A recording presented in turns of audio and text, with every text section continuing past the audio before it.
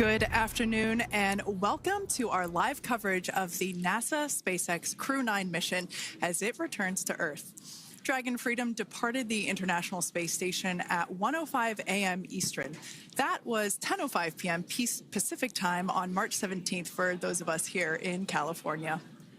On board Crew 9 are NASA astronauts Nick Hague, Suni Williams, Butch Wilmore, and Roscosmos cosmonaut Aleksandr Gorbunov. And they are now on their way to the targeted splashdown site off the coast of Tallahassee, Florida. My name is Kate Tice, Senior Quality Systems Engineering Manager here at SpaceX. And joining me today from NASA Communications is Sandra Jones. Thanks, Kate. It's always such a pleasure to be here. Upon departing the International Space Station, Dragon underwent a sequence of departure burns. The crew then had a rest period and has since kicked off preparations for re-entry, including getting into their spacesuits and successfully performing a leak check. The next phase of the mission is when things will really start to amp up. Dragon has a series of steps to complete before returning Crew 9 home. That's right. First, Dragon will maneuver to the correct attitude and jettison its trunk, which is the cylindrical, unpressurized lower part of the spacecraft. The trunk is currently connected to the aft or bottom section of Dragon, where the heat shield is located. But in order to expose that heat shield and get the vehicle ready for atmospheric reentry, we're going to jettison that trunk. From there, the spacecraft will use its forward thrusters to perform a deorbit burn, which will put Dragon on a trajectory to return to Earth. This burn will last about 7.5 minutes once it starts. The deorbit burn uses Draco thrusters on Dragon, primarily the four located on the forward bulkhead, and is executed at the apogee, or the highest point of Earth's current orbit around the Earth. This deorbit burn will alter Dragon's path to ultimately line it up to re-enter Earth's atmosphere and splash down off the coast of Florida. Splashdown today is planned for 2:57 p.m. Pacific or 5:57 p.m. Eastern. The Crew 9 mission began a little differently than usual, since Butch Wilmore and Suni Williams were already aboard the space station when Nick Hague and Aleksandr Gorbunov arrived in the Crew 9 spacecraft in September. Having arrived as the crew flight test crew for Starliner, Wilmore and Williams were fully incorporated into the space station's Expedition 72 team and began research and other work aboard the station along with the other crew members. Additionally, Williams commanded the orbiting laboratory for much of the expedition. And after a successful liftoff and separation from Falcon 9, Nick and Aleksandr made a short flight on board Dragon to the International Space Station in September. Both veterans of long-duration station missions, both Williams and Wilmore conducted spacewalks during their 9 months in space. Having had the capacity to leave the station at any point, had there been some type of emergency, the crew members began packing for their voyage home about a week ago and worked through tasks and shared lessons learned with the newly arrived Crew 10 team, who arrived just a few days ago. For return operations such as this, NASA and SpaceX closely coordinate with the United States Coast Guard to establish a safety zone to ensure public safety and for the safety of those involved in the recovery operations, as well as the crew on board the returning spacecraft. Multiple notices are issued to mariners in advance of and during recovery operations, and Coast Guard patrol boats are deployed to discourage boaters from entering the splashdown zones. Now, we do want to stress to the public the need to respect this safety zone.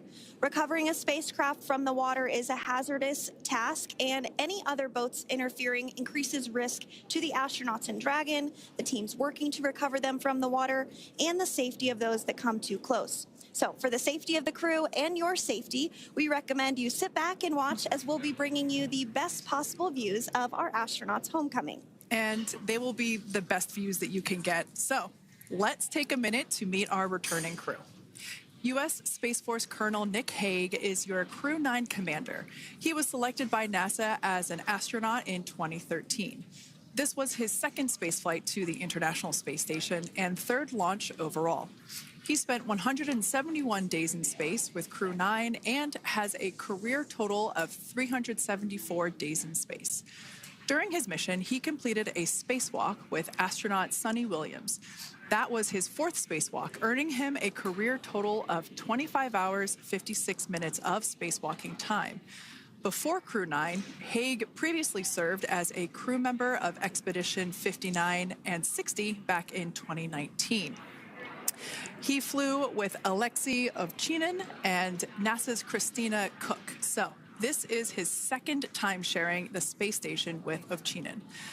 The Kansas native is a test pilot of a distinguished graduate of the United States Air Force Academy. Nick spent 5 months in Iraq in support of Operation Iraqi Freedom. He voluntarily transferred from the United States Air Force to U.S. Space Force in 2021 and is an active colonel. His wife, Katie, is a retired U.S. Air Force colonel, and they have 2 sons. NASA astronaut Suni Williams is a mission specialist for Crew 9. This was her 3rd visit to the space station. She originally launched aboard Boeing Starliner spacecraft and arrived at the space station on June 6th. And it looks like we are beginning to get some views inside the spacecraft, overlooking the shoulders of the crew on board Dragon. We'll continue to bring you those views throughout the day and views throughout Splashdown this afternoon rather. But to jump back into a little bit more about Suni, she became an Expedition 71-72 crew member, and she logged 286 days in space on this mission. But she actually has a total of 608 days in space, the second most time in space by a U.S. astronaut. Former NASA astronaut Peggy Whitson ranks first for the U.S. with 675 days in space.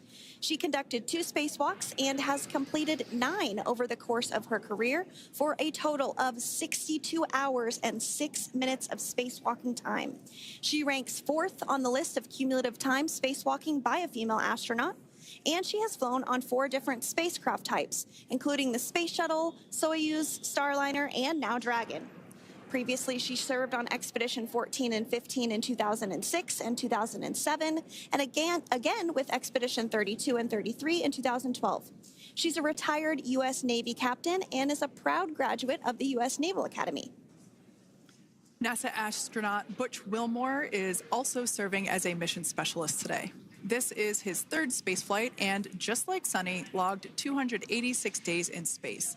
He conducted 1 spacewalk and completed 5 over the course of his career, earning him a total spacewalking time of 21 hours, 2 minutes. He's flown on 4 different spacecraft types throughout his career: the Space Shuttle, Soyuz, Starliner, and now Dragon.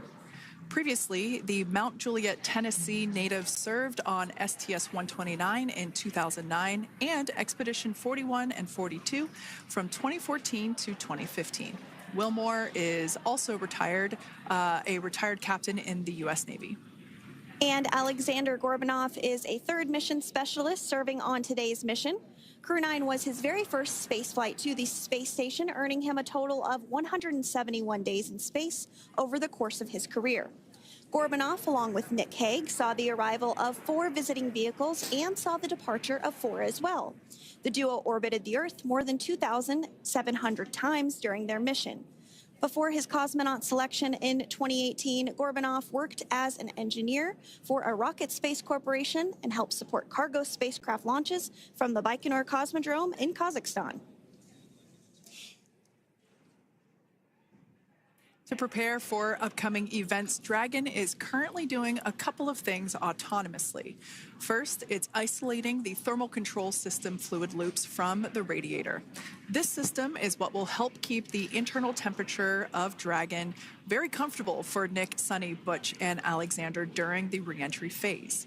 Dragon is also initiating separation of the claw mechanism, which will terminate data, power, and fluid connections between the spacecraft and the trunk in preparation for that trunk separation that I mentioned earlier. Now, as we saw before, we are hoping to get more views inside of the Dragon capsule. We will bring those, of course. We want to see more of our 4 crew members. But now a bit more of the Dragon Freedom capsule. It has flown on several missions for NASA. It first launched April 27th, 2022. To the International Space Station on NASA's SpaceX Crew 4 mission. It was subsequently used for 2 private spaceflight missions to the space station for Axiom Space, Axiom Mission 2 in May 2023, and Axiom Mission 3 in January of 2024. And of course, Crew 9 launched last year, is September 28th. So, yeah, a little bit about the Dragon Freedom capsule. Here, a view that we have once again between the shoulders of Commander Nick Hague, who is on the left-hand side of your screen there, and Mission Specialist Aleksandr Gorbunov there on the right. That's right, Kate. And the next major milestone that we're looking ahead towards this afternoon is claw separation. We're targeting that claw separation at 2:05 p.m. Pacific time this afternoon, so less than 10 minutes from now. Continuing to get some views inside Dragon Freedom. To the far left there is NASA astronaut Butch Wilmore. And as you can see, the crew is suited up in their space suits. They are suited up in what we call dynamic phases of flight. So when they launch, when they dock, when they undock, when they return back for splashdown. We might hear some call outs on the loops about putting their visors down. That will happen just prior to deorbit burn. And you'll hear us pause when some of those communications happen. That's because we want to make sure that we are relaying the best information to you all, and so that you hear it as well. So if you do hear us pause, that is what we're doing. You also see they have their on there, and I know the gloves are pretty unique on the Dragon spacesuits, right? They're custom created? Yes, the spacesuit overall is custom fit for each astronaut. These gloves enable usage of the touchscreen panels that they have in front of them. We can't see it from this view, but that view we saw earlier between Aleksandr Gorbunov and Nick Hague, that is a touchscreen. It allows the crew to monitor everything that Dragon is doing, along with those tablets that they have there on their legs. So yeah, the spacesuit itself is intended to act as a mini spaceship, if you will, as once the visors are closed, it is able to maintain a pressure in the unlikely event of a depressurization event for Dragon. So there we can see those screens I was talking about. So there in the center, we've got the location tracker, as well as on the left-hand side, it's mapping out the operations that Dragon is executing. The crew has to remain well informed of all these things that Dragon is doing autonomously. That basically means that Dragon is flying itself. The crew has the ability to gain control of the capsule if necessary, but the capsule is essentially going to bring itself home. But of course, in order to be familiar with Freedom, SpaceX, deorbit sequence start in 5 minutes.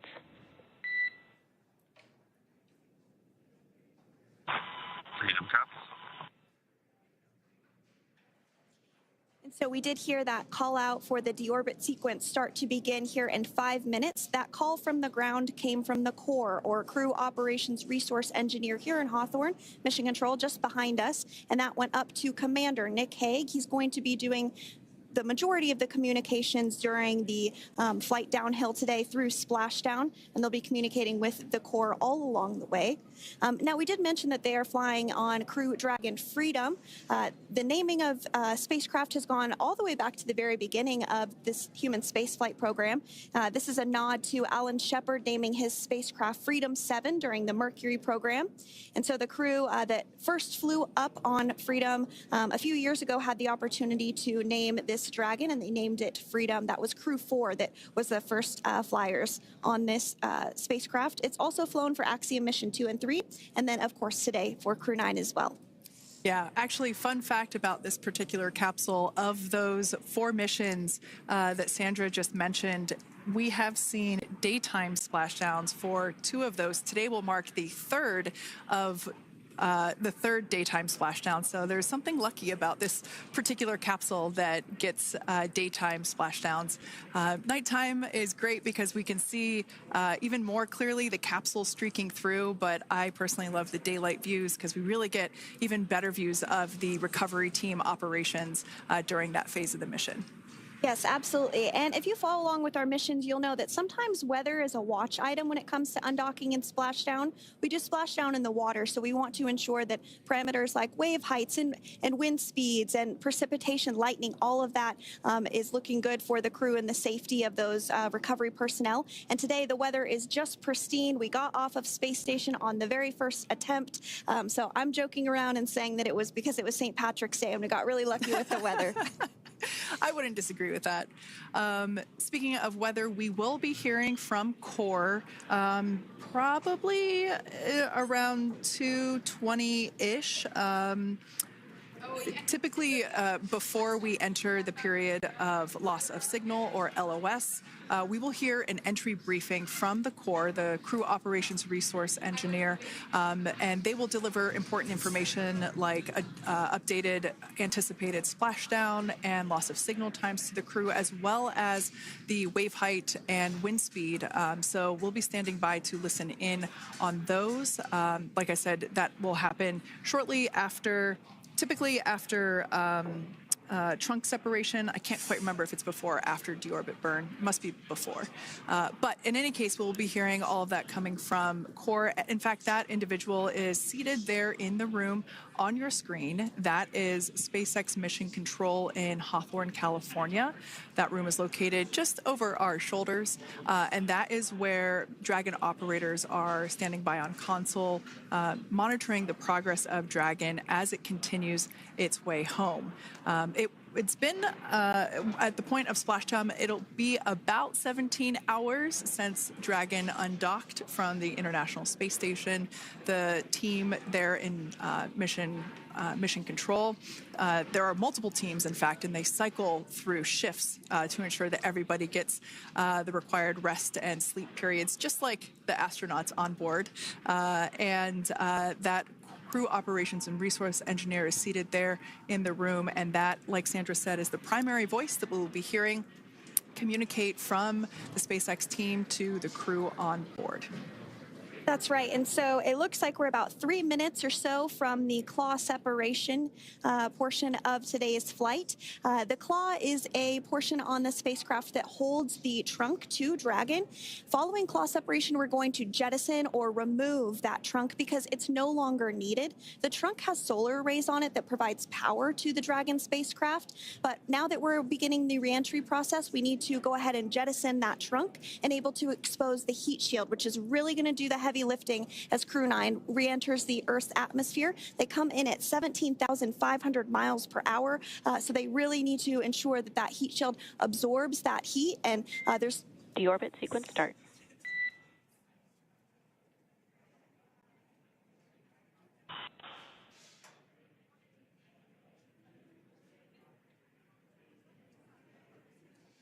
And so we did just get communications there that the deorbit sequence start has begun. So here in just a couple minutes from now, we expect to hear information or a call back about the claw separation having begun. And again, that kicks off that trunk separation portion that I was discussing to remove that, expose the heat shield, and then eventually we'll have the deorbit burn. And we'll continue to walk you through all of these milestones as we approach them ahead of our splashdown at 2:57 p.m. Pacific time this afternoon, off the coast of Tallahassee, Florida. Yeah, we're very excited to bring the Crew 9 crew home. Sandra, we were talking about the trunk separation. That trunk is on a trajectory that will re-enter in the atmosphere and break up upon that re-entry. The heat shield itself is one of my favorite parts of the Dragon capsule. It is the workhorse of the re-entry phase. It will work to protect the Dragon capsule and the crew members on board during the re-entry phase as the temperatures outside of the capsule build up to, I believe, about 3,000 degrees Fahrenheit in excess of. And meanwhile, the interior of Dragon stays a very comfortable temperature. That heat shield does a lot of the work, and we'll see that plasma build up on the exterior of the capsule. As a result of the plasma that builds up, we will lose communications with the crew. This is known as loss of signal, or LOS. This is roughly a 10-minute period on average, even less than. I believe today it is probably about 6 or 7 minutes long. It kind of depends on the mission, and it happens for every Dragon capsule that re-enters the atmosphere. Due to that plasma buildup, we're not able to communicate or command the capsule, so we stand by while we wait to regain communication after we pass through that period of loss of signal and get what's known as AOS, or acquisition of signal. Continuing to stand by for claw separation, and then we'll look towards trunk separation. It'll be just about a minute or so after that. That happens pretty rapidly in succession. Some of our milestones will take a little bit longer throughout the day. For example, we will have a deorbit burn after that will take about 7.5 minutes and helps get Dragon set up in the right trajectory to splash down in the Gulf off the coast of Florida. So continuing to stand by for claw separation.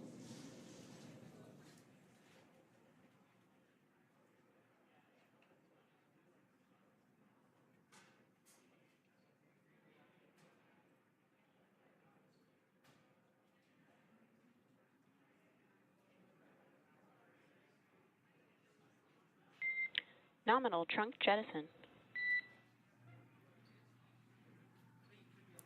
All right. Great news there. That trunk has been jettisoned from the Dragon capsule. So the claw was separated. That's the mechanism that connects the telemetry and power between the Dragon capsule and the trunk. In order to expose the heat shield underneath Dragon, we had to jettison that trunk, and so we just got confirmation that that has happened. So that is great news. Basically means that telemetry is looking good and that the nitrox system is primed for cabin and suit cooling, and the heat shield, like I said, is now exposed and ready for atmospheric reentry. The trunk served its purpose by gathering energy from the sun through its solar cells and converting that to battery power. Since we separated the trunk, we can't generate any more new power, but we really don't need to since we're coming home and Dragon has enough battery power already stored. Now, up next, the final steps that Dragon will perform prior to reentry: the slew, or the maneuver to deorbit burn attitude, and then the deorbit burn itself.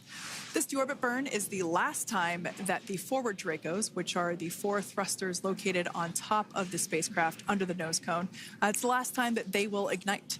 The deorbit burn will place Dragon on a precise trajectory to return to the splashdown zone off the coast of Florida, off the coast of Tallahassee, Florida, and that will last about 7.5 minutes once it starts.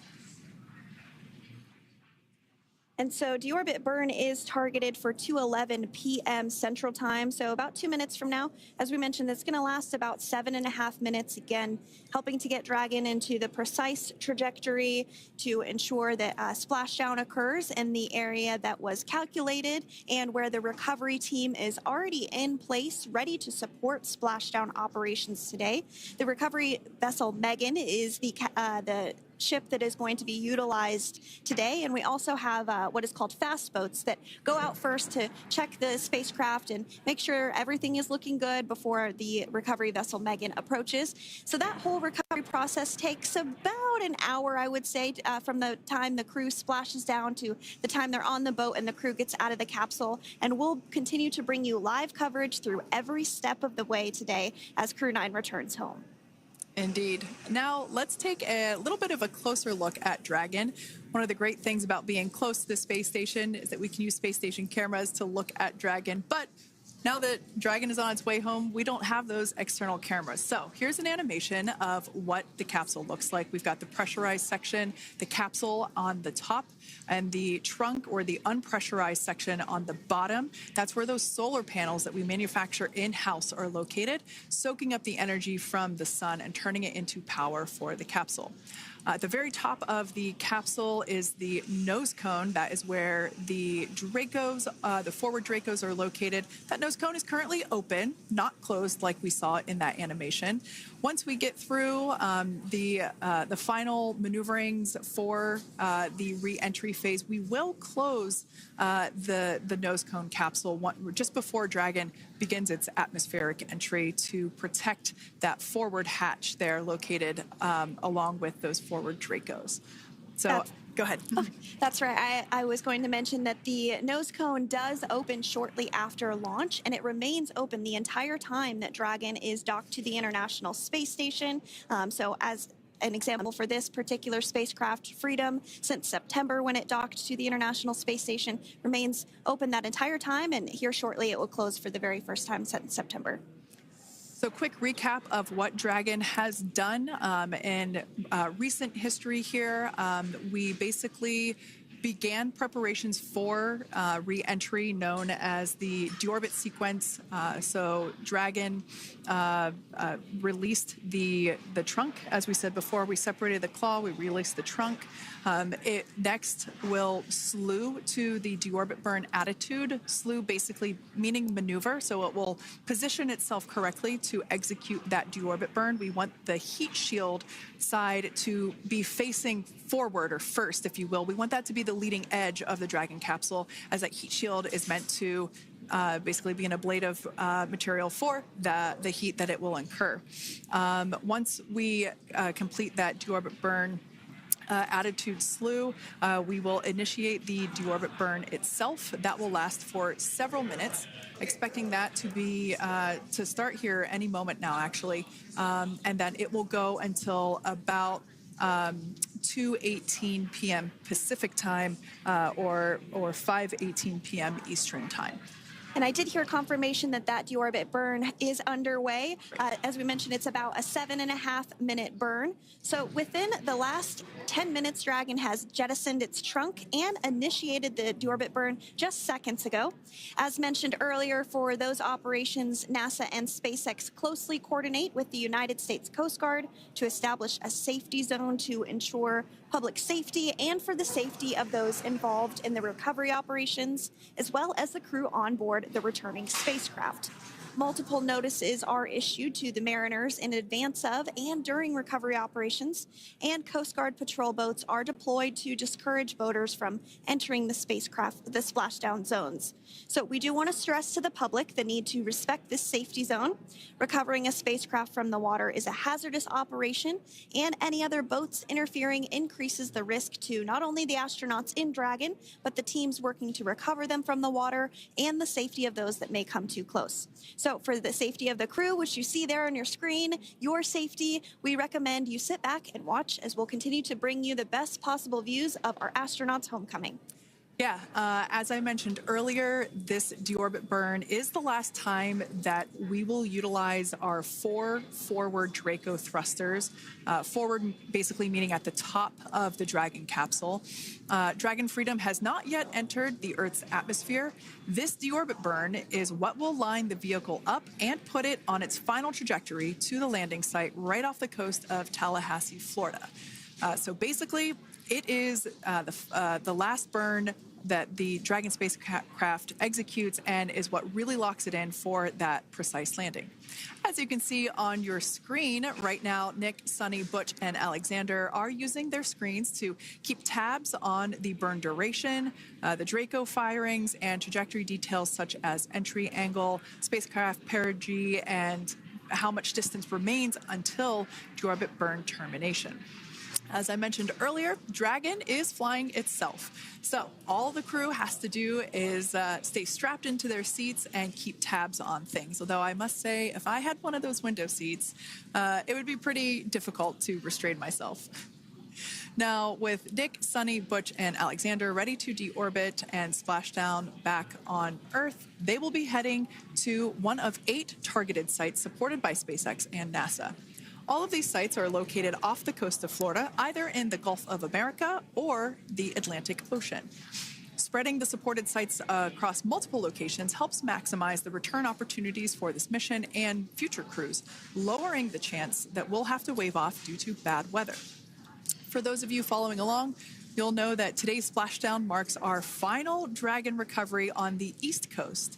After 6 great years of successful recovery operations off the East Coast, we'll be moving all Dragon recovery operations back to the West Coast. And as always, NASA and SpaceX jointly select our splashdown location. And for today, the prime recovery site is off the coast of Tallahassee, Florida. The selection process works with a lot of different variables, including the space station's orbital trajectory or path that it follows, what landing sites are available and have favorable weather, how much free flight capability Dragon has for the trip home, and the sleep schedules for the returning crew members, as well as, of course, the big one, the weather. We'll start with calculating daily return options based off of the space station's current orbit and Dragon's capabilities to maneuver and line up for re-entry.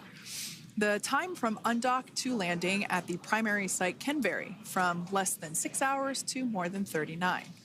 Getting home the quickest comes with some obvious benefits, but we always have to make sure the crew is properly rested for dynamic operations, preventing us from scheduling 20-plus hour days for them, of course. Trajectory and ballistic experts provide the daily opportunities that would line up Dragon with the 7 landing zones and split them into what we call ascending and descending opportunities. Dragon uses its Draco thrusters after leaving station to execute a series of altitude-lowering maneuvers and to line up with the selected primary site. It can also change to different alternative sites while in a free flight if sudden weather moves in that we may need to avoid. So, as we mentioned, weather is something we're constantly looking at, making the final call to proceed about 2.5 hours before the crew undocks. So, for the Crew 9 return, we looked at a number of weather items. Some of the obvious ones are no rain or a chance of lightning in the recovery zone, both for the safety of the crew inside Dragon and the recovery teams in the water. And we're also looking for wind speeds to be less than 15 feet per second or about 10 miles per hour, and relatively calm seas so that we can safely execute recovery operations, which includes landing a helicopter on the recovery ship to fly Nick, Suni, Butch, and Aleksandr back to Florida. Once Dragon began flying today, we had a number of additional checkpoints to either proceed towards the primary site, head to the alternate, or select a new zone based on real-time weather data. These checks happened all the way up until we were in the final hours before the Deorbit burn, which has just about a minute or so left in it. And this is the last burn in the trip home that commits Dragon to re-entering the Earth's atmosphere. Now, we are currently waiting to conclude the deorbit burn. We've got less than a minute until that finishes. We will expect to hear a call out for nominal burn, which will confirm completion of that deorbit burn for Dragon Freedom. We can see images there from the touchscreen display panels that the crew utilizes in flight. We can see the visualization of exactly which one of the 4 forward Draco thrusters are firing. That's why you have kind of like a strobe effect there.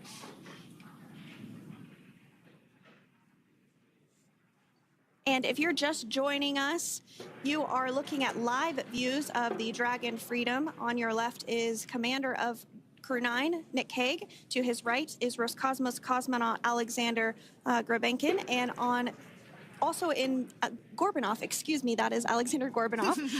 And then also in the capsule today is NASA astronauts Suni Williams and Butch Wilmore.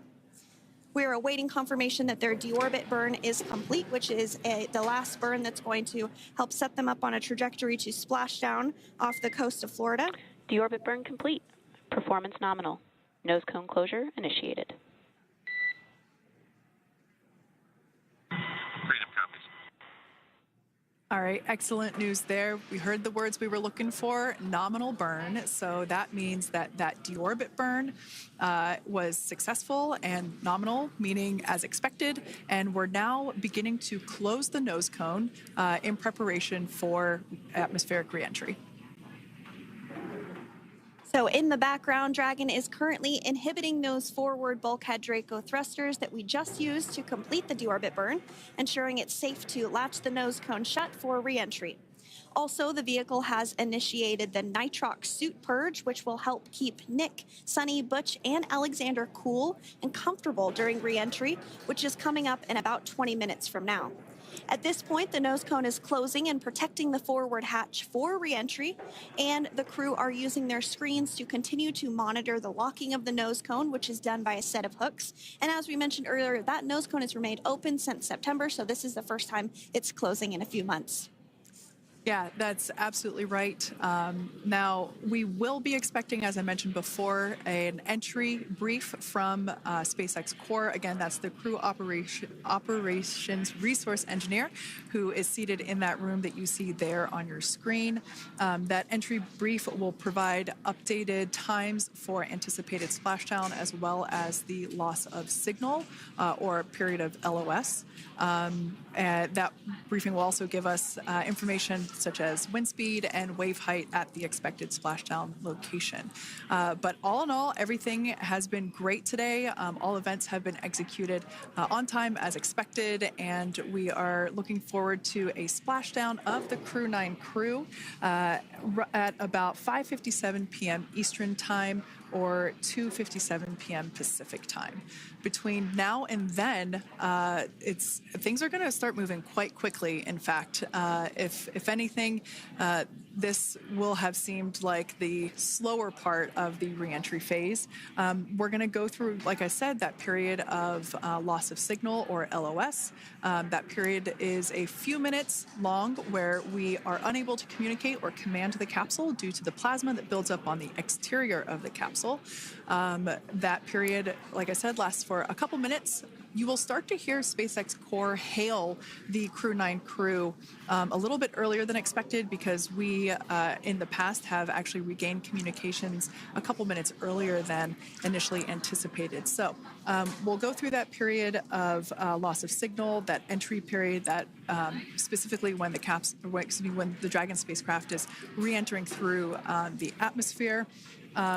Approximately at about 18,000 feet, when the capsule is traveling at 350 miles per hour, we will see our first views of parachutes for the day. It's one of my favorite moments of return sequences, is when we get to see the drogue parachutes. We'll see the drogues come out. Those drogues will help slow the vehicle down to about 119 miles per hour. And then that is when the main parachutes will come out from the Dragon spacecraft, and then ultimately end in splashdown. And we are hearing confirmation that the nose cone is closed and everything was nominal or as expected with that closure. So as we begin the second half of entry, Dragon is now beginning to inject cooled nitrox into the air being delivered to the spacesuits worn by Nick, Suni, Butch, and Aleksandr. Again, this is what will allow the crew to remain comfortable while external temperatures reach 3,500 degrees Fahrenheit as they re-enter the Earth's atmosphere. So the heat shield is pointing forward, leading Dragon to the landing site. Yeah. Now, speaking of the heat shield, Dragon's primary heat shield is comprised of PICA 3.0, which stands for Phenolic Impregnated Carbon Ablator. The first-gen PICA was initially developed by NASA for studying and sampling comets within our solar system. SpaceX partnered with NASA to develop PICA-X, which was the second-generation product used on all Dragon 1 cargo resupply service missions that resupplied the International Space Station on 20 missions. PICA 3.0 was developed specifically for use on Dragon 2 crew and cargo, with enhanced structural and thermal capabilities that allowed the heat shield to be even more effective in the way that it utilized the ability to make that heat ablate as it goes through the Earth's atmosphere.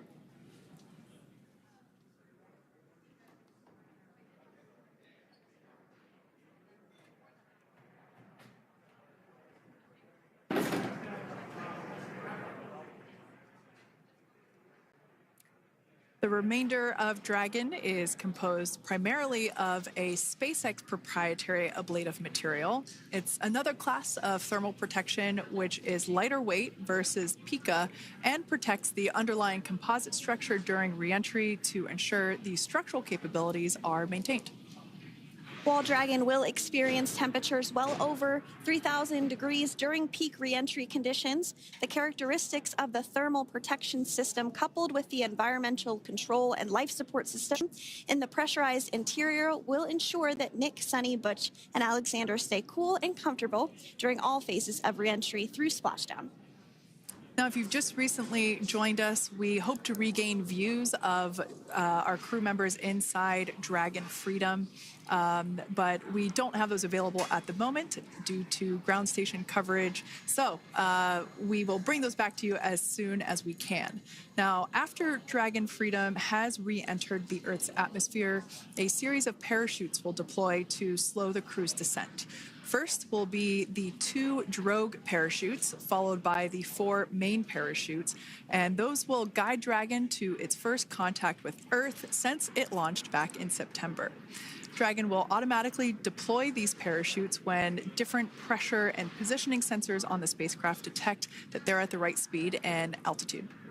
Vehicle velocity at drogue deploy is approximately 350 miles per hour, and they deploy at about 18,000 feet.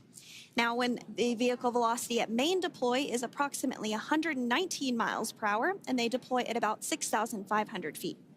When Dragon splashes down in the water, the vehicle velocity will be about 16 miles per hour, so you can really see how those parachutes help to slow down the crew inside the capsule. The highest G-load the crew is expected to experience today is about 3 to 5 Gs. Yeah, when you think about really fun roller coasters, they're about in that range. So I'm sure that our crew on board will be well equipped to experience those Gs. It's nothing for them. They go through much more intense training. And so we are continuing to make our way through a number of milestones today. We did have trunk separation. Freedom, SpaceX. Nose cone is secure for entry. Freedom copies.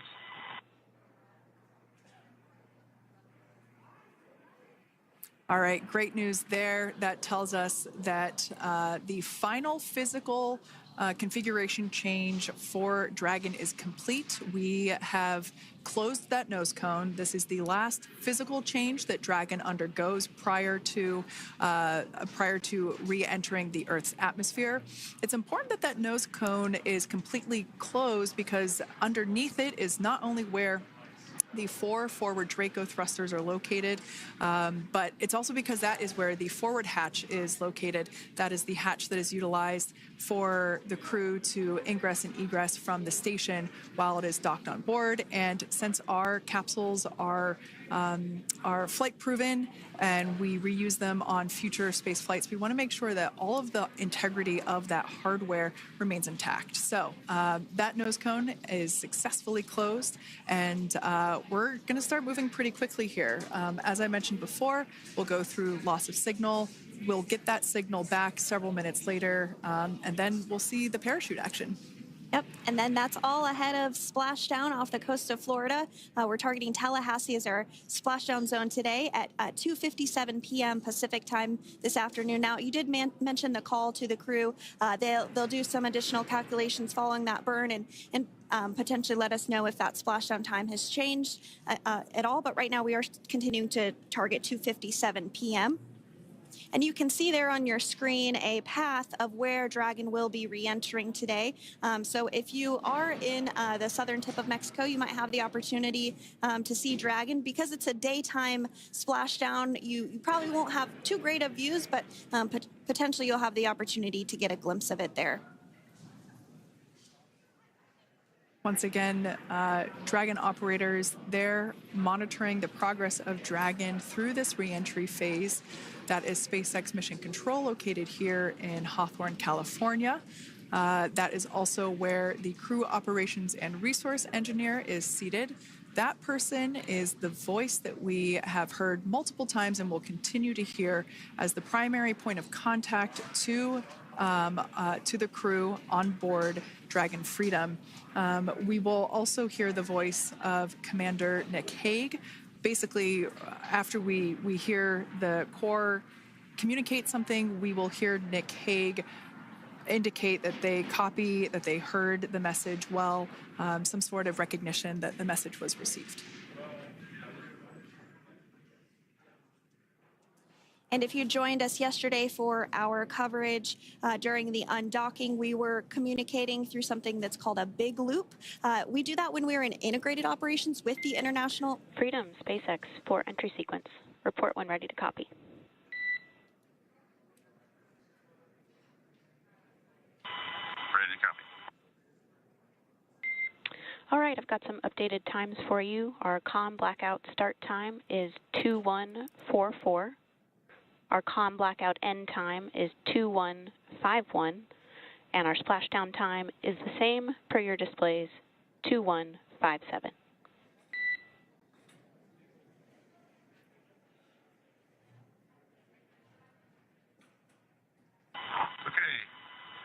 understand, blackout start 2144, stop 2151, splashdown per display. That's a good readback. And with that, please report when tablets are secured behind the elastic bands, restraints are tight, and visors are down.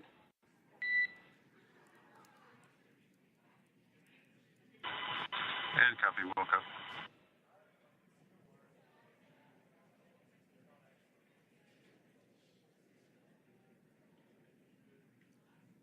And with that communication from the Corps or Crew Operations Resource Engineer here in Hawthorne to Commander Nick Hague of Crew Dragon Freedom, we did hear that the loss of signal period is still at 2:44 p.m. Pacific, but we had a 1-minute adjustment to the acquisition of signal. That's going to now be at 2:51 p.m. Pacific time. However, our splashdown time remains the same at 2:57 p.m. Pacific time this afternoon off the coast of Tallahassee, Florida.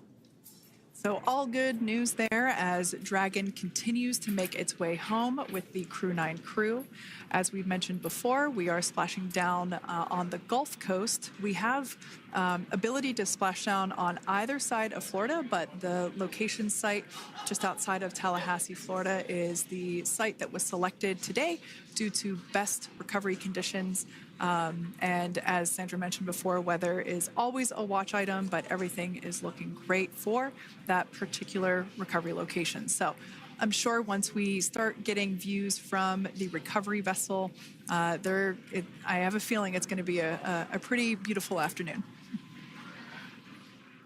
And we did mention that, of course, this is a daylight splashdown, so we should be getting some great views. We do have a couple of spacecraft called the WB-57, which are high-altitude planes that NASA utilizes during splashdown operations. Those are en route and going to be tracking the capsule as it makes its way through the atmosphere and should be providing some good views for us. Kate and I were just chatting about how we haven't had a daytime splashdown in a little while, so we're looking forward to the views along with you. Yeah. Nighttime views are also great because we can see that capsule streaking through the night sky quite brightly. So like Sandra, you said earlier, daylight will be a little bit less bright, but we will definitely be able to see the SpaceX recovery team operations much clearer. I could also imagine it's probably a little bit easier for the team themselves to do their work in daytime than at nighttime. We'll see them rush in really quickly with a couple of fast boats as they begin the initial safety checks and sweeps of the Dragon capsule, while also retrieving the parachutes from the surface of the ocean. The recovery vessel, the main recovery vessel, will continue to make its way closer to the Dragon capsule. It is stationed a couple miles away from the actual recovery location, the splashdown location, for obvious safety purposes. So it takes a little while for that vessel to make its way over, but once it's closer, we'll have even better views of those recovery operations. And you may be wondering why sometimes we splash down in the daytime versus the nighttime. And believe me, we would all love for these operations to happen during regular daytime working hours. But unfortunately, orbital mechanics just doesn't quite work out that way. So it has to deal with the location of the International Space Station, as well as where the splashdown zone is on Earth and that trajectory, as well as the phasing. So as we mentioned earlier, sometimes we have phasing as short as 6 hours, sometimes in excess of 30 plus hours. It just depends on where the targeted area is that the capsule is going to splash down. So today's phasing has been 17 hours since undocking occurred at 10:05 p.m. Pacific yesterday evening for us here in Hawthorne. Early wee hours for folks on the East Coast and other areas of the United States. Yeah, but regardless of whether it's daytime or nighttime, the SpaceX recovery team has trained and practiced and rehearsed for it all. So regardless of daylight, they are really efficient with those operations. And but like you said, Sandra, it has been a minute since we have seen a daytime splashdown on a NASA SpaceX crew mission. The last daytime recovery was on Crew 4, which was the debut flight for the capsule flying today, the spacecraft known as Dragon Freedom. And so, yeah, kind of a fun fact there in terms of the timing of that daylight splashdowns. Once again, standing by for more communication with the crew. The next event that we have coming up is the start of that period known as loss of signal. That is the period still expected at 2:44 p.m. Pacific time.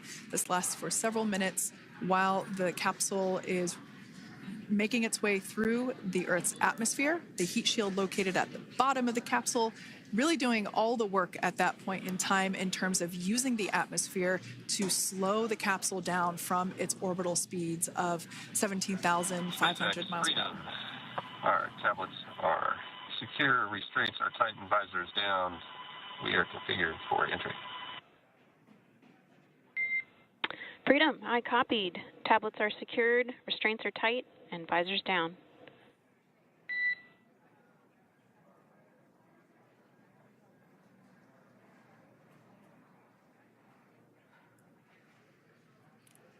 All right, great news there in terms of continuing to make progress.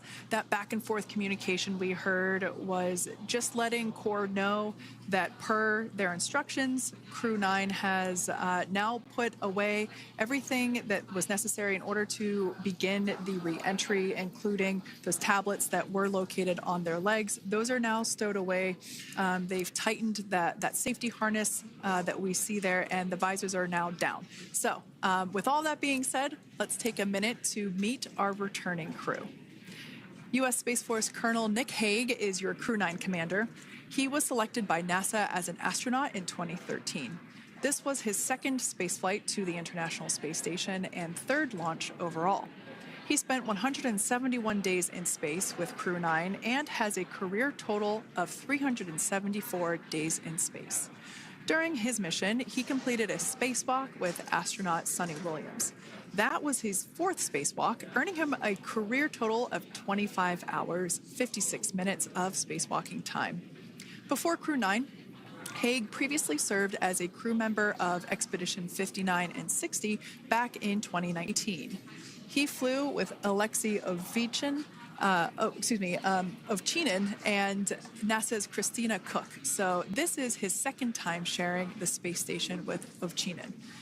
The Kansas native is a test pilot and distinguished graduate of the United States Air Force Academy. Nick spent 5 months in Iraq in support of Operation Iraqi Freedom. He voluntarily transferred from the United States Air Force to U.S. Space Force in 2021 and is an active colonel. His wife, Katie, is a retired U.S. Air Force colonel, and they have 2 sons. NASA astronaut Suni Williams is a mission specialist for Crew 9. This was her third visit to the International Space Station. She originally launched aboard Boeing Starliner spacecraft and arrived at the space station on June 6th. Following the agency's decision to return Starliner uncrewed, she became an Expedition 71 and 72 crew member, where she logged 286 days in space on this mission. But Suni has a total of 608 days in space, the second most time in space by a U.S. astronaut. 5 minutes until predicted comm blackout. We'll see you on the other side at 21:51.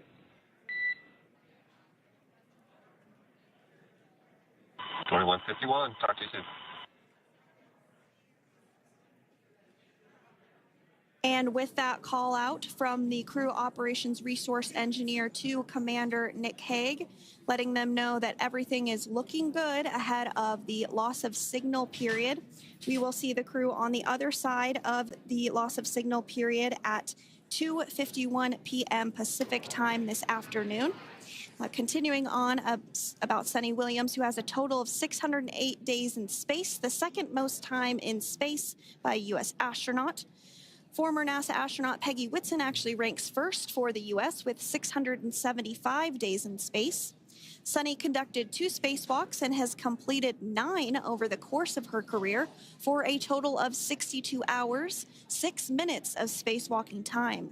She ranks 4th on the list of cumulative time spacewalking by a female astronaut, and she has flown on 4 different spacecraft types, including the Space Shuttle, Soyuz, Starliner, and now Dragon.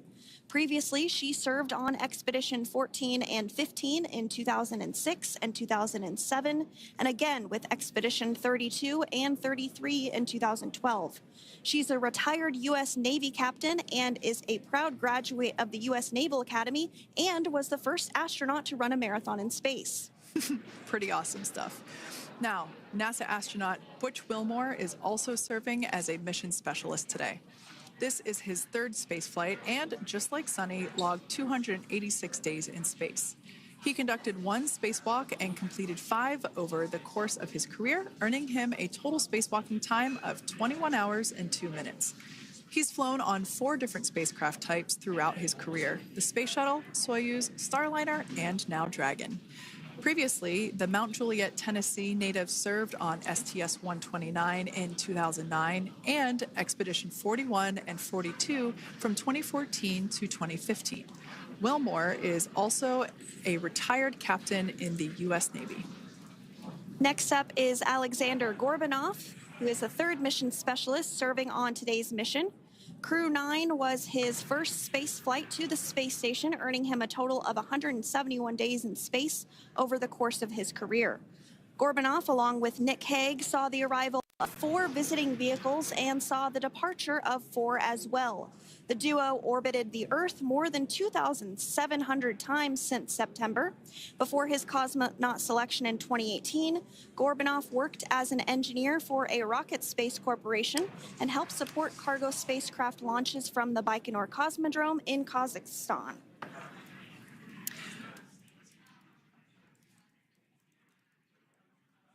So if you are just joining us, we are continuing to bring you live coverage of Crew 9's return to Earth following their mission aboard the International Space Station, where they completed science and research investigations.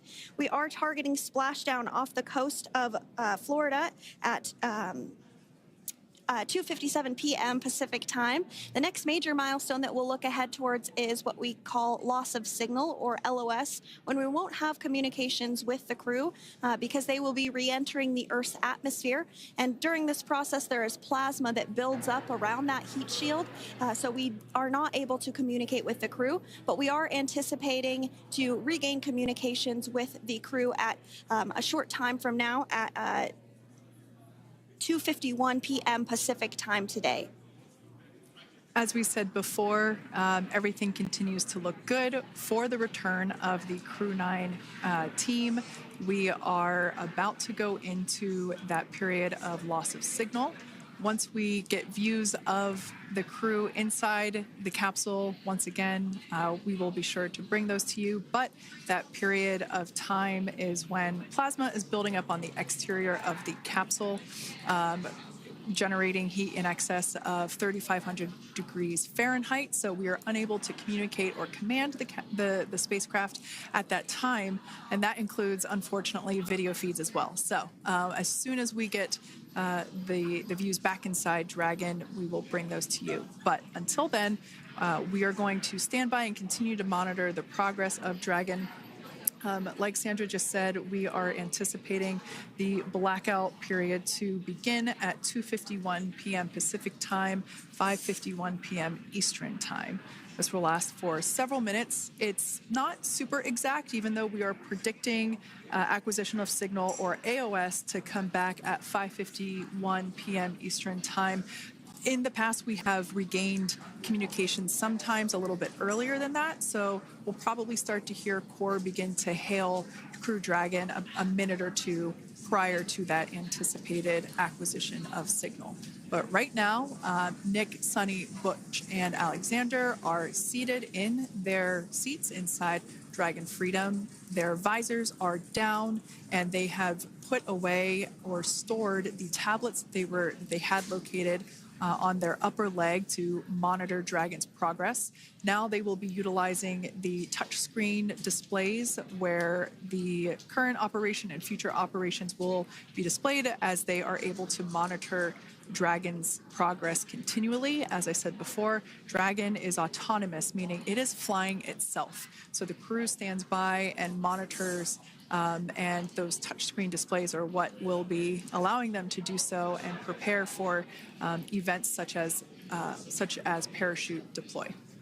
And while on board the International Space Station, Nick, Suni, Butch, and Aleksandr contributed to over 900 hours of science and research investigations, which is really the key purpose of the International Space Station. Now, the International Space Station is celebrating a major milestone this year where they will be celebrating 25 years of continuous human presence in November. So if you're younger than 25 years, you've never known a day where there hasn't been a human living and working aboard the International Space Station, contributing to key science and research investigations that impact our lives here on Earth. There's research being done on Parkinson's, on osteoporosis, on cancer research, and a variety of other studies. Additionally, the microgravity laboratory provides a jumping off point for us as we venture back to the moon and onto Mars through longer duration space flights. One such example that the crew worked on during this mission was an alternative exercise device. In microgravity, the crew has to exercise for about 2 hours a day because they're not having the effects of gravity on their body. So to prevent bone and muscle loss, we counteract that with 2 hours of exercise per day.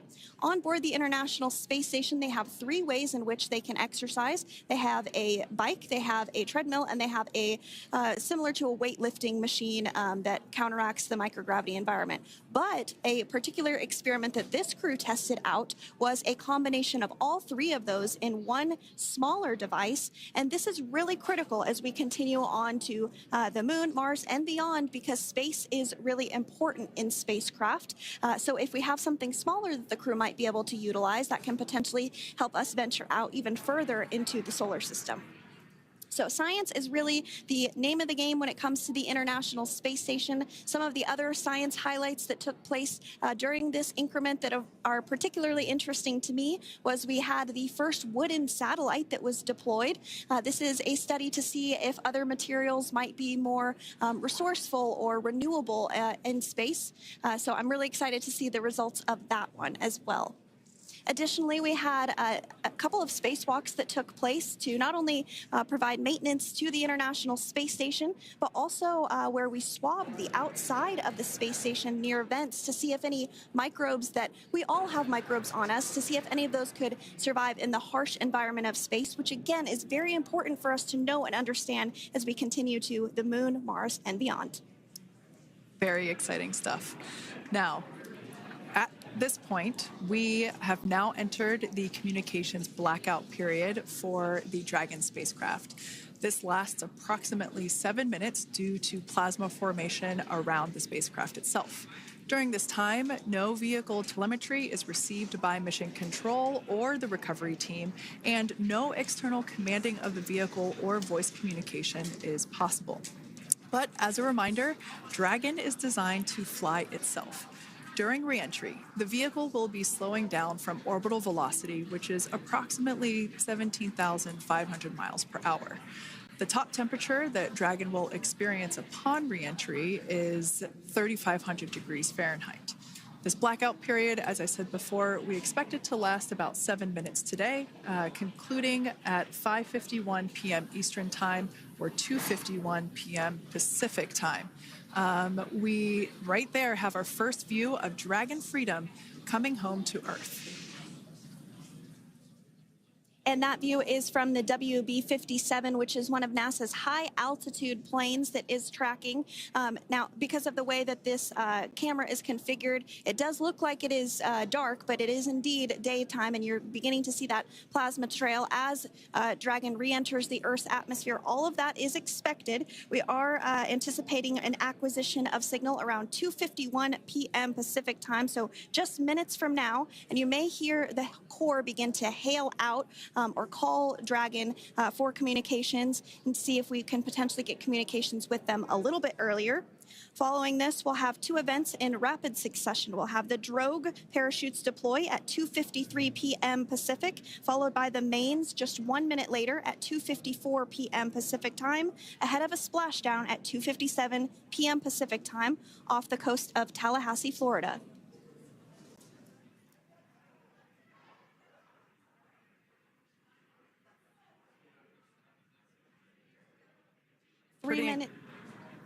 Pretty incredible views of the Dragon spacecraft making its way home back to planet Earth with the Crew 9 astronauts on board. Once again, this view is coming from the WB-57 plane. That heat shield we can see doing magnificent work as it works to... Freedom, SpaceX, comm check.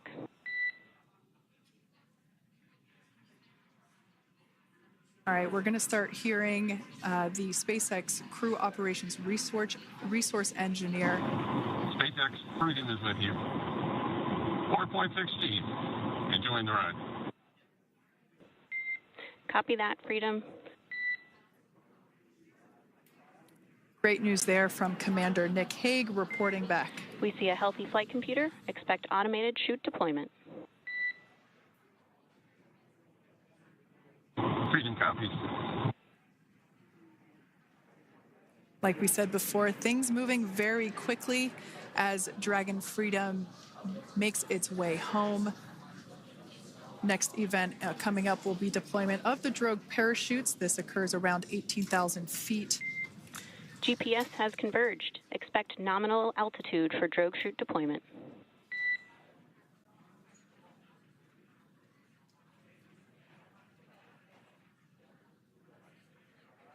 We're about 2 minutes away from deployment of those drogue parachutes. Now the heat shield is continuing to work to slow the vehicle down. That entry period, the Dragon spacecraft went from orbital velocity about 17,500 miles per hour down to about 350 miles per hour. So it really gives you a sense of why that plasma builds up on the exterior of the capsule, thanks to the heat shield and the work that it does.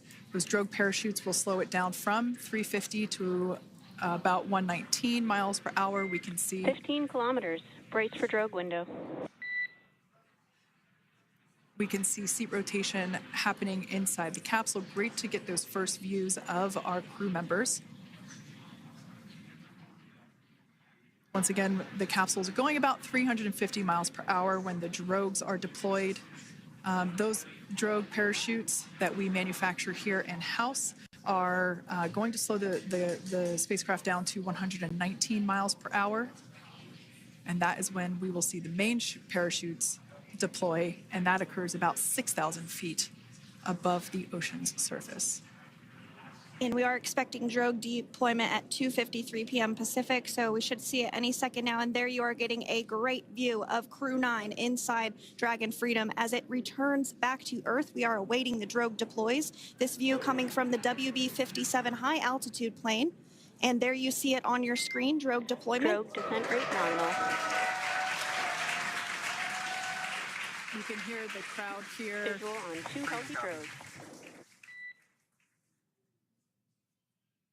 The crowd here very excited as Dragon Freedom continues to make its way back to planet Earth.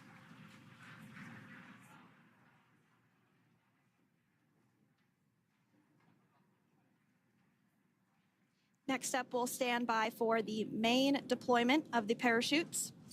The mains are quite a bit larger. You'll be able to notice the difference on your screen once they deploy, and they continue to ensure that the Dragon spacecraft slows down even further.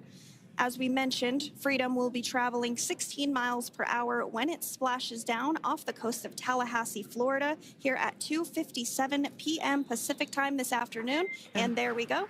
We have visual on 4 healthy mains. That view was from inside. Freedom copy.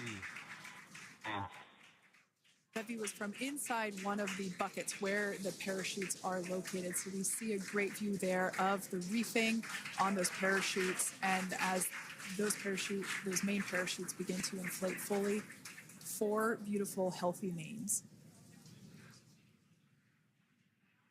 Now awaiting visuals of Splashdown. Freedom, 1,000. We'll start to hear Commander Nick Hague. Copy, 1,000. As we heard right there, Commander Nick Hague will be calling out the altitude of the Dragon capsule from here on out. Landing in water is simpler and provides more margin against unlikely parachute issues. You can see those parachutes continuing to slow the Dragon capsule down. And if you're just joining us, You're looking at 800 meters. a live view of Crew 9, just minutes away from splashing down off the coast of Tallahassee, Florida. Splashdown 2 minutes from now at 2:57 p.m. Pacific. We do have 4 healthy mains really doing the job there. Just breathtaking views of a calm, glass-like ocean off the coast of Tallahassee, Florida. Crew 9 just minutes away from splashing down. This is really such an incredible shot. That Copy, was 600. That was a live view from our recovery vessel, Megan, which is stationed a couple miles away from the splashdown site. We can see the crew there using their restraints as resting places for their arms. They were just in space moments ago, so their arms were able to float freely. 400 meters. This is a gorgeous bluebird day here that we have for the splashdown of Crew 9. It's incredible to think that the Dragon capsule just minutes ago was going over 17,000 miles per hour and now gently coasting to a soft splashdown. 200. Copy, 200 meters. Brace for splashdown.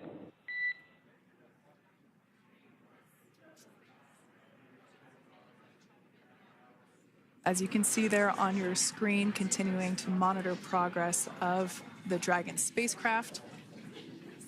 And we're going to stand by for splashdown located in the Gulf of America off the coast of Tallahassee, Florida.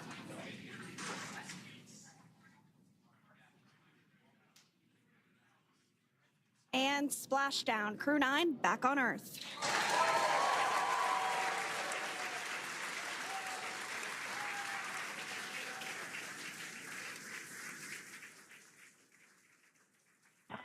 And SpaceX Freedom, splashdown. Good main release. Copy, splashdown. We see main chutes cut. Nick, Alex, Butch, Suni, on behalf of SpaceX, welcome home.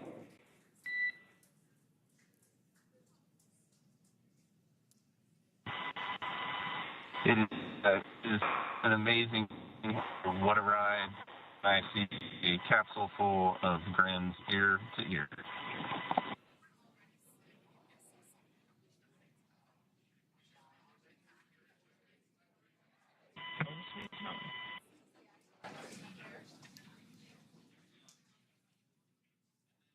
And as you can see on your screen, we have visual confirmation of splashdown. Dragon Freedom has returned home, and NASA astronauts. System safety verifications are in progress. We'll report back when recovery personnel are en route.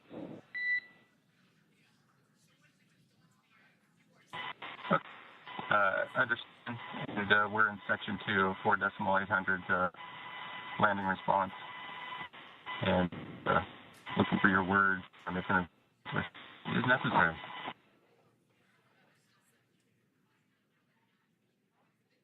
In the distance, we can see the recovery vessel making its way. Copy, you're in section 2 for the environmental assessment in 4.800. That is not necessary today. Understand. Raising 5. So we will continue to have communications between the Corps and Nick Hague, the commander of Crew Dragon Freedom, which just splashed down 2 minutes ago off the coast of Tallahassee, Florida. Dragon Freedom has returned home with NASA astronauts Nick Hague, Suni Williams, Butch Wilmore, and Roscosmos cosmonaut Aleksandr Gorbunov. They're back on Earth after approximately 17 hours of a return journey from space. The SpaceX recovery ship and team have been waiting for Dragon's splashdown, and they will now make their way to the splashdown location. The teams have been ready and waiting about 3 nautical miles away, so it's going to take them about 30 minutes or so to make their way and to SpaceX Freedom. Pretty sure we're in stable 1. Copy, stable 1. We see the same. It's going to take about 30 minutes for the recovery team to make their way over to Nick, Suni, Butch, and Aleksandr, who are still seated and secured inside that Dragon spacecraft there on your screen. Incredible views there of that thermal protection system, or TPS. That Dragon capsule was pristine, white color before it departed the station, and we can see how the reentry phase, the thermal protection system did its job.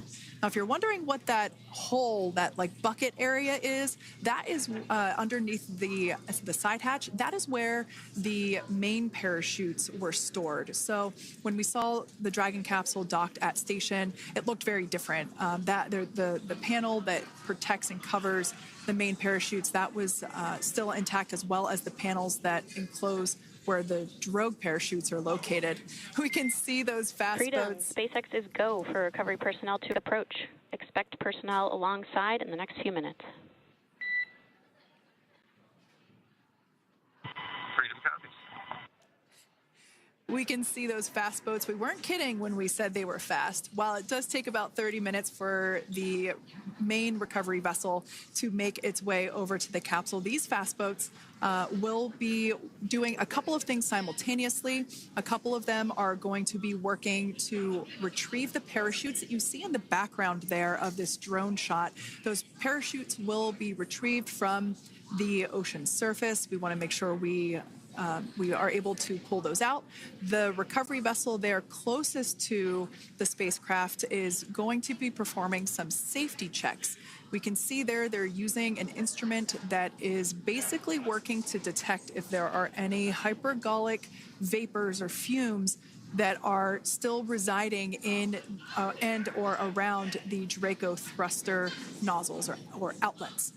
The hypergolic fuel, which is necessary for on-orbit burns to maneuver the spacecraft. Unfortunately, those hypergolics are unable to be breathed. They are toxic, and so this team here is doing those initial safety checks to make sure that it is safe for the rest of the recovery team to approach the spacecraft. They're also checking to make sure that any residuals from the pyros are safe and are not going to cause any issues. We can see the team working their way around the spacecraft to do these, basically these sniff tests on all of those Draco thrusters. And as we continue to await the recovery of our Dragon spacecraft with NASA astronauts Nick Hague, Suni Williams, Butch Wilmore, and Roscosmos cosmonaut Aleksandr Gorbunov inside, Dragon has autonomously completed several steps to safe itself following splashdown.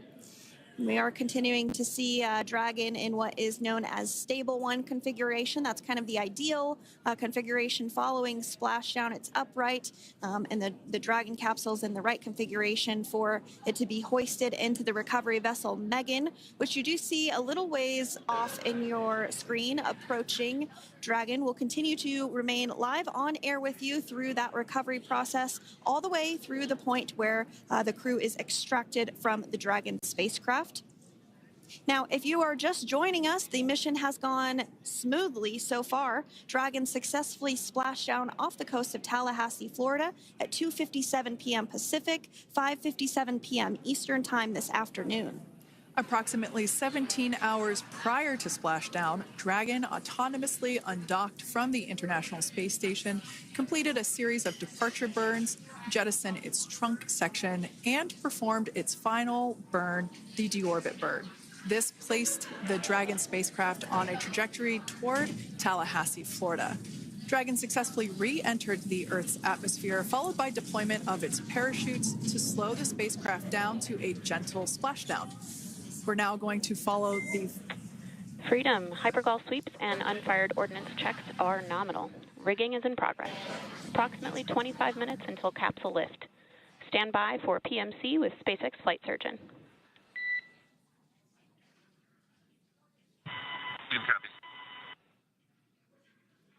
And so what we did just hear there was communications that those hypergol checks were complete. They didn't find any of that upon those checks, so we'll continue to move through the timeline. Next up is a process called rigging, which you see happening right now on your screen. This is when a SpaceX recovery personnel actually works to climb aboard the capsule and work through procedures ahead of lifting onto the nest of the recovery vessel Megan. We heard it's going to be about 25 minutes or so until that lift actually takes place.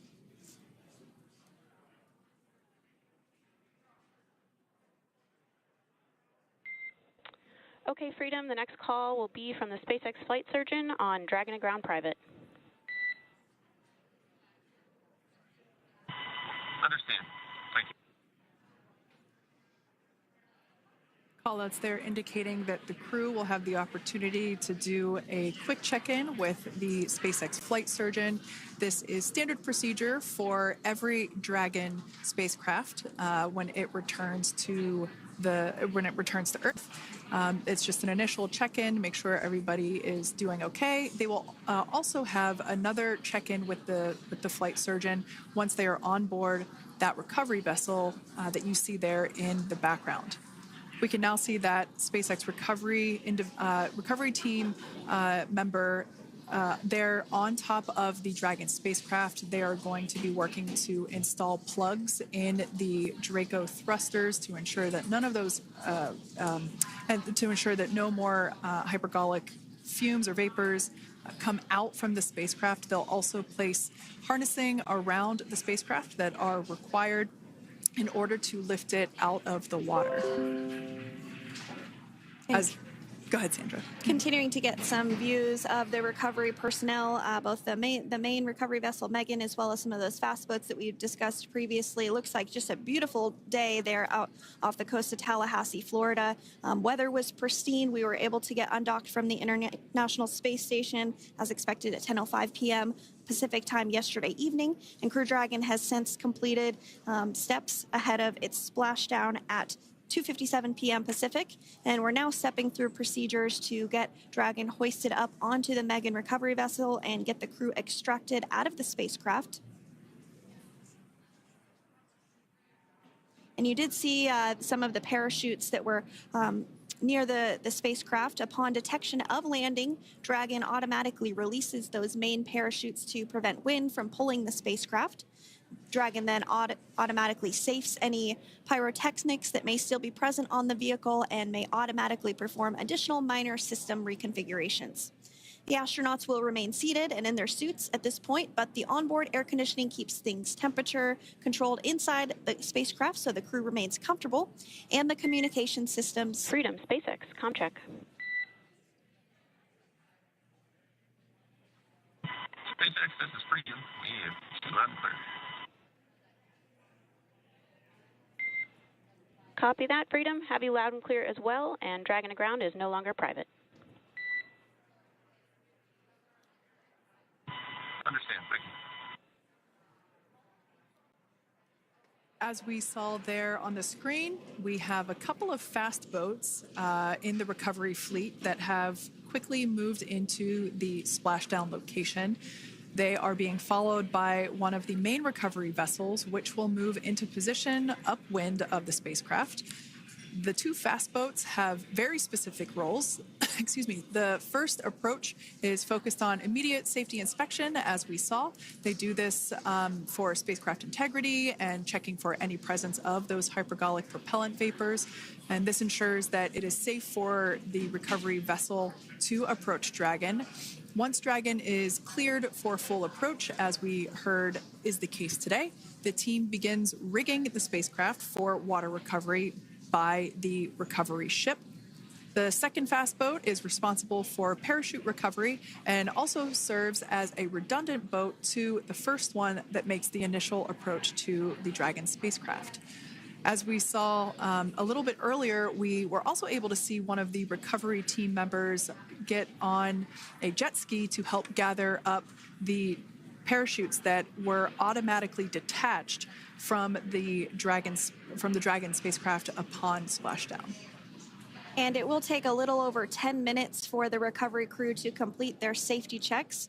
Once complete, the team will begin preparing Dragon to be lifted, and as you see, they are preparing for that to take place at this point. As part of the preparation for this lift, one member of the recovery team has climbed on top of the spacecraft already so they can attach Dragon's hoist rings and connect to the lifting lines. It will take us less than an hour to raise Dragon to the recovery boat and remove the crew from the spacecraft. After medical checkouts, the crew will return to land within 4 hours by helicopter. And if no additional medical assistance is needed, the crew will board a waiting NASA plane and depart for Houston.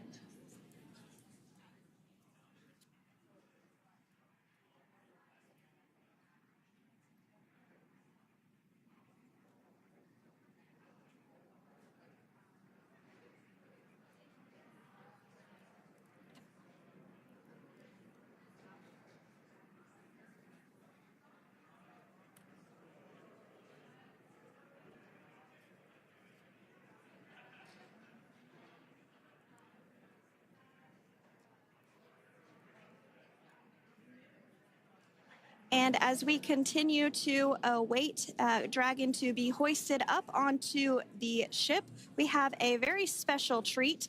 NASA Public Affairs Officer Jaden Jennings, who is actually on the recovery vessel and had a bird's eye view of the splashdown today. Jaden, how are you? How was the view from the recovery vessel?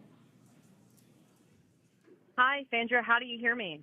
I've got you loud and clear, Jaden. It's so great to hear you. Awesome. So Splashdown, Sandra, was nothing short of be advised. spectacular. We are transitioning the forward link. Comm will be unavailable for approximately 5 minutes. Freedom Compass.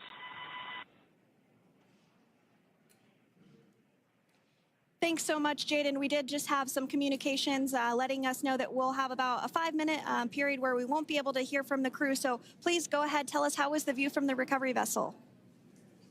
Absolutely. Yeah, I was mentioning earlier, Splashdown was nothing short of spectacular. And we were stationed about 1.5 nautical miles away from the splashdown zone and had great visuals here on the recovery vessel Megan. We actually saw a little of the smoke trail as the spacecraft was coming in, and then moments later we spotted those drogue chutes, and this was quickly followed by 4 healthy white and orange main parachutes. We then tracked Dragon all the way down as it slowly propelled into the ocean. And I think I speak for all of us on the ship when I say a new core memory was made today, and we are looking forward to having Crew 9 on board with us a little later. Jaden, that is amazing. Now, obviously, we are watching it here on camera, and the landing conditions look pretty good, but how was it from your perspective? What is the sea state out there? Absolutely. Absolutely. So we've had optimal conditions for Splashdown, and today it is sunny and 63 degrees outside right now with clear skies, light winds, and calm seas. The sea looks absolutely beautiful right now, and light blue with the sun reflecting from it. And, Kay, I think the crew's going to like what they feel weather-wise on this picture-perfect day for Splashdown off the coast of Tallahassee. Thanks so much, Jaden. It certainly looks like a beautiful day. Can you tell us a little bit about the journey of the recovery forces to get to this point? Sure. So one unique aspect of this recovery was the onboard training on station conducted for Butch and Suni to ensure they were ready to return on a Dragon spacecraft. That training covered all aspects of their return, including nominal and contingency departures, deorbit burns, splashdown, and post-landing ops, which is what this team is preparing for now. As for the recovery teams themselves, we started the day taking a series of helicopters out to the vessel. And as standard, the recovery director and crew support teams were on that first helicopter out and took the time to get everything prepared on the ship. About 2 hours before splashdown, they deployed those fast boats and jet skis into the water. I was actually on the second helicopter out, and we were on the vessel about an hour and a half before splashdown and landed on top of the helicopter pad on the Megan. And the teams have been working diligently across their respective disciplines this week, executing what can only be described, in my point of view, as a logistical masterpiece, just ensuring every detail has been in place for Crew 9's return. That is such great news. I'm so glad that you're able there to experience it in person. Now, can you tell us a little bit about what's next to retrieve the crew for the recovery personnel on board? Yeah, Kate. So coming up next, Dragon will be hoisted into the on-deck translation system, or the N.A.S., at the aft end of the ship, and then will be translated pretty quickly towards that egress platform. We'll perform another series of safety checks as final precautionary measures just to make sure there are no hypergolic vapors present before opening that side hatch. And then once that side hatch of the spacecraft is open, the crew will be assisted out of the capsule one by one from NASA and SpaceX. Freedom, SpaceX, ComCheck. Freedom's got you loud and clear. Thanks, Nick. I've got you loud and clear as well. We have completed our forward link transition. Copy.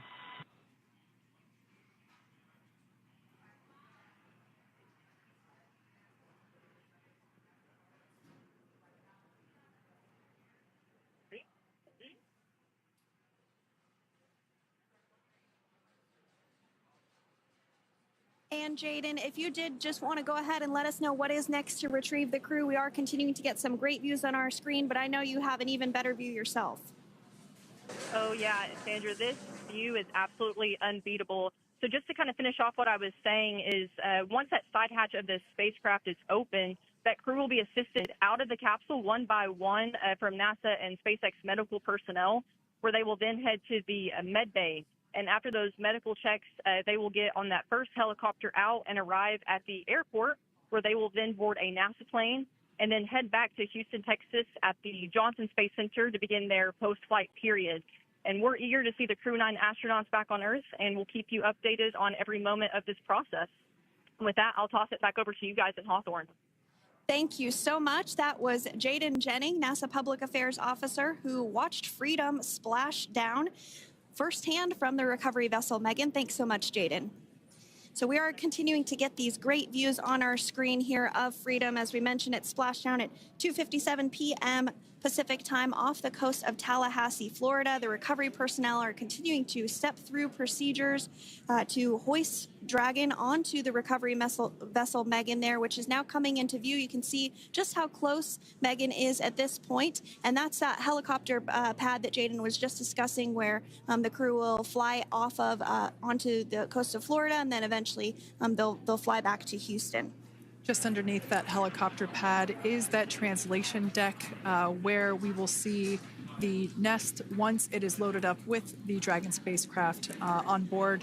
The N.A.S. will be translated to the forward end of the recovery vessel, and that is where our Crew 9 team members will egress from the Dragon spacecraft. Now, here on your screen, we can see dolphins, actually, who want to come and play with Dragon.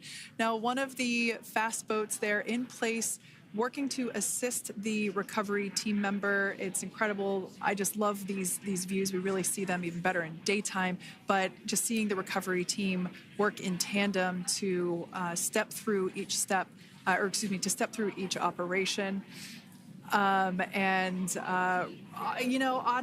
they're getting quick assists from the honorary part of the recovery team, those dolphins in the water there.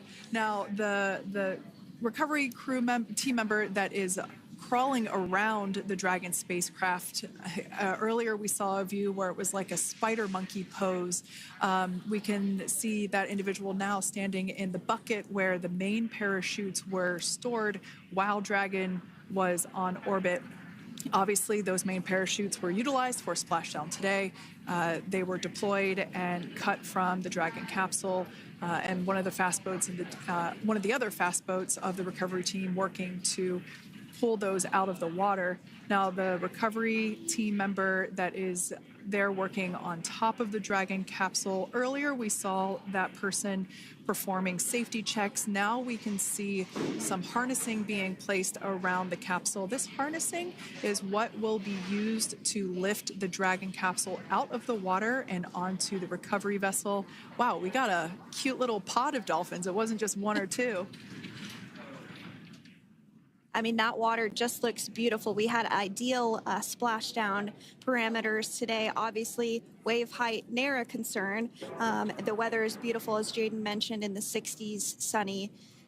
Looking forward to seeing Crew 9 exit the capsule here shortly once they get hoisted onto the recovery vessel Megan. We can see that recovery vessel slowly but surely closing the distance there between, oh, dolphin cam back again. We can see that the Dragon capsule and the recovery vessel, that distance is closing. Again, this is just one more step as we continue to work recovery operations for Dragon Freedom, and we anticipate the lift of the Dragon capsule to occur here in just a few minutes. Now, once all of the rigging is on the capsule and it's hooked up to the recovery vessel, we will see the hydraulic arm, which is that kind of like bridge-like structure there at the aft end of the recovery vessel. We'll see that articulate backwards, and that's a good sign that we're getting even closer to pulling the capsule out of the water. It will then move forward, and the capsule will be placed inside of what you can see there is basically a basket. We call it the nest, Dragon nest, where that's where the capsule will be placed in order for it to be translated to the forward end of the vessel and for the astronauts to egress.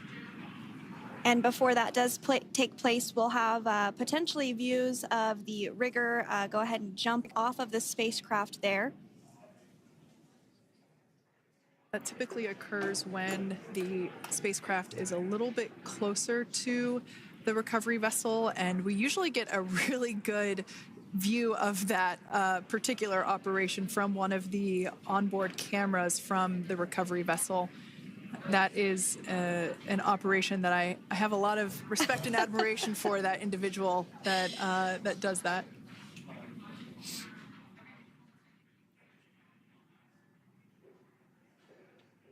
So again, Dragon continuing to get closer and closer to the recovery vessel, Megan.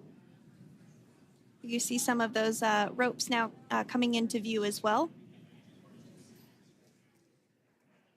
If you are just joining us, Crew 9 Splashdown off the coast of Tallahassee, Florida at 2:57 p.m. Pacific time with NASA astronauts Nick Hague, Butch Wilmore, Suni Williams, and Roscosmos cosmonaut Aleksandr Gorbunov. They're now working through procedures to hoist this spacecraft up onto the recovery vessel Megan. We just saw that hydraulic arm get lowered into the lifting position. That arm will be the mechanism that is utilized to lift Dragon up and out of the water and into the nest located there at the aft end of the recovery vessel. And the recovery vessel being used today is, as we mentioned multiple times, is named Megan, but that's actually after NASA astronaut Megan McArthur, who flew on Crew 2 a couple of years ago.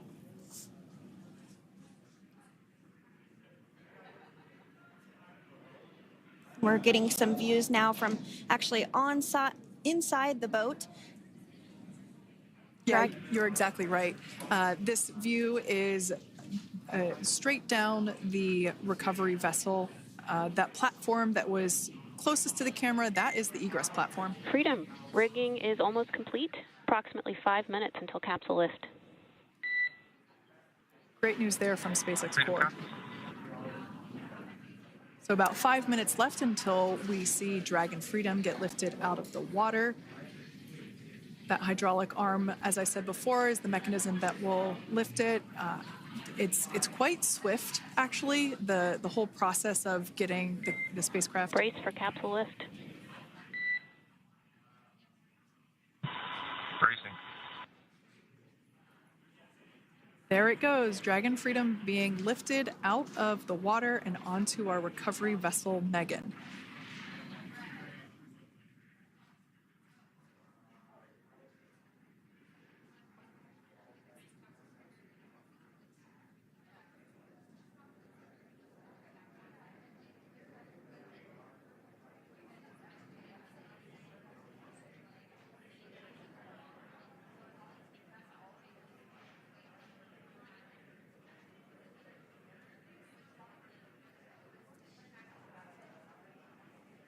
So once securely on...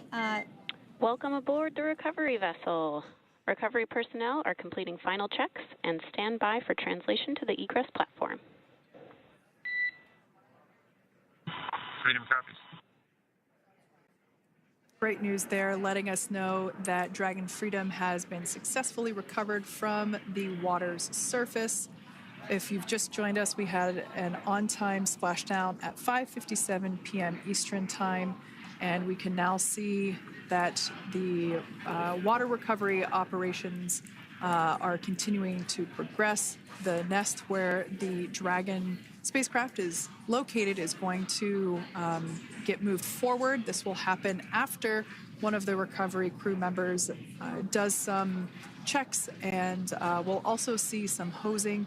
Obviously, the spacecraft splashed down in salt water. Salt water is corrosive, and we want to try and rinse out as much of the salt water as possible to reduce that corrosion on the metallic structures. So we can see some guidance there being provided, really steering the spacecraft properly into the Dragon's nest. And it's been 30 minutes since Dragon splashed down, and as you can see there, the spacecraft is already on board the recovery vessel Megan. Things continuing to move very smoothly today throughout the entire operations from the deorbit burn up until this point as well. And Freedom, it looks like the positioning wasn't quite right, so they are working on repositioning the capsule in the nest now. Okay, copy that. Thanks. And with that, the team is just going to adjust the Dragon spacecraft a bit so that it's in the right position ahead of translating up a little bit closer ahead of the side hatch. So the team is now going to step through the procedures to ensure that that takes place. While Dragon does fly itself autonomously, it clearly is unable to park itself autonomously. We want to make sure that the Dragon capsule is properly seated there in that nest.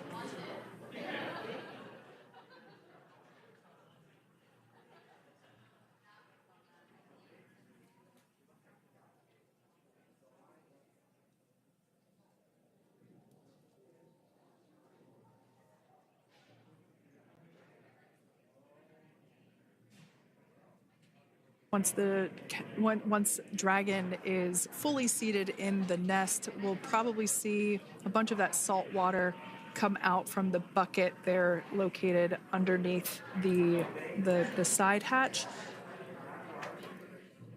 See some salt water splash out. As I mentioned before, one of the recovery team members will begin hosing down the exterior of the spacecraft.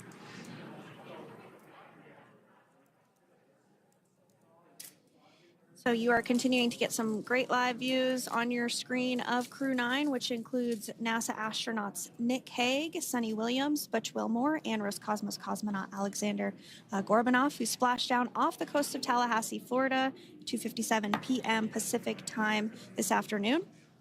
Now working to get that spacecraft situated in the nest.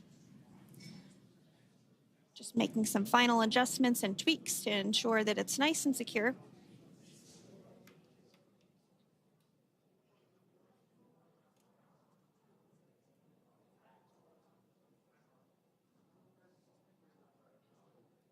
Once the spacecraft is seated and secured and oriented correctly in the nest, Dragon will be moved into the hangar located underneath that helipad that we saw earlier from the aerial views during recovery. All right, Freedom, looks like you are settled into the nest now. Team is working through hypergol sweeps. Copy all.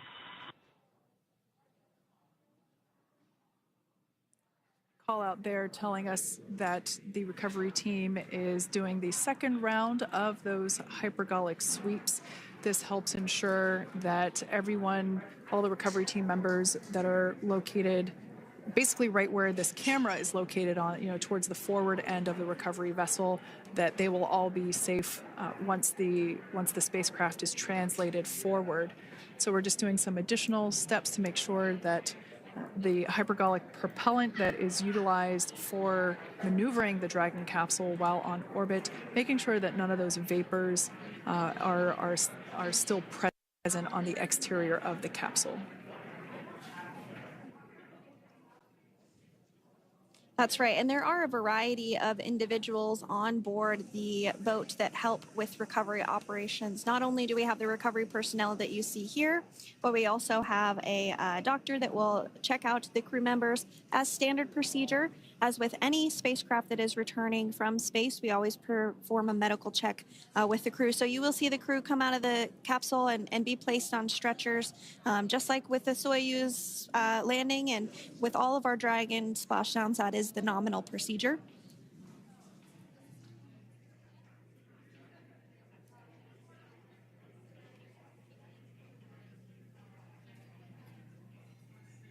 We'll stand by to see Dragon Freedom translate or scooch up a little bit closer to the camera angle that we're seeing right here. And then teams will step through procedures to get that side hatch opened. You see it right in the dead center of your screen there. It's kind of that rectangular shape. It has not been opened since Crew 9, which include Nick Hague and Aleksandr Gorbunov, launched back in September from the Kennedy Space Center in Florida. So that will be the very first time that hatch is opened. Once docked to the International Space Station, crew enter through the top hatch, which was where the nose cone is now closed. That's the hatch that they actually utilize to go ahead and get inside the International Space Station.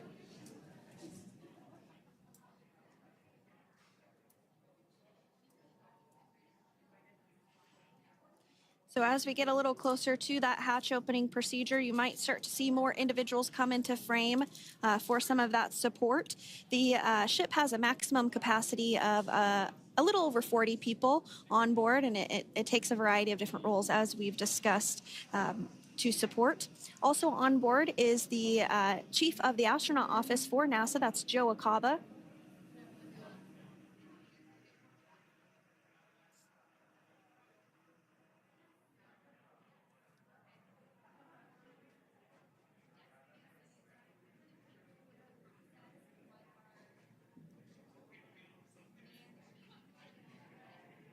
Now, while we are standing by for translation of the Dragon spacecraft to the platform there, the recovery platform that we see in the foreground, it is important to note that Nick, Suni, Butch, and Aleksandr will be getting assistance from the recovery teams while exiting the spacecraft. This is the same process for any returning long-duration crew members. As you could imagine, returning to a gravity environment can wreak havoc on our vestibular system, which is responsible for maintaining balance and motion. Of course, safety is our number one priority with this operation, so we'll see the crew members helped out of the spacecraft one by one, and they will be assisted the few feet to the medical quarters aboard the boat. And on board Dragon are three veteran space flyers. That includes Nick Hague, the commander, as well as Butch, Wilmore, and Suni Williams. Aleksandr Gorbunov is completing his very first space flight on this mission, and he completed 171 days in space along with Nick Hague.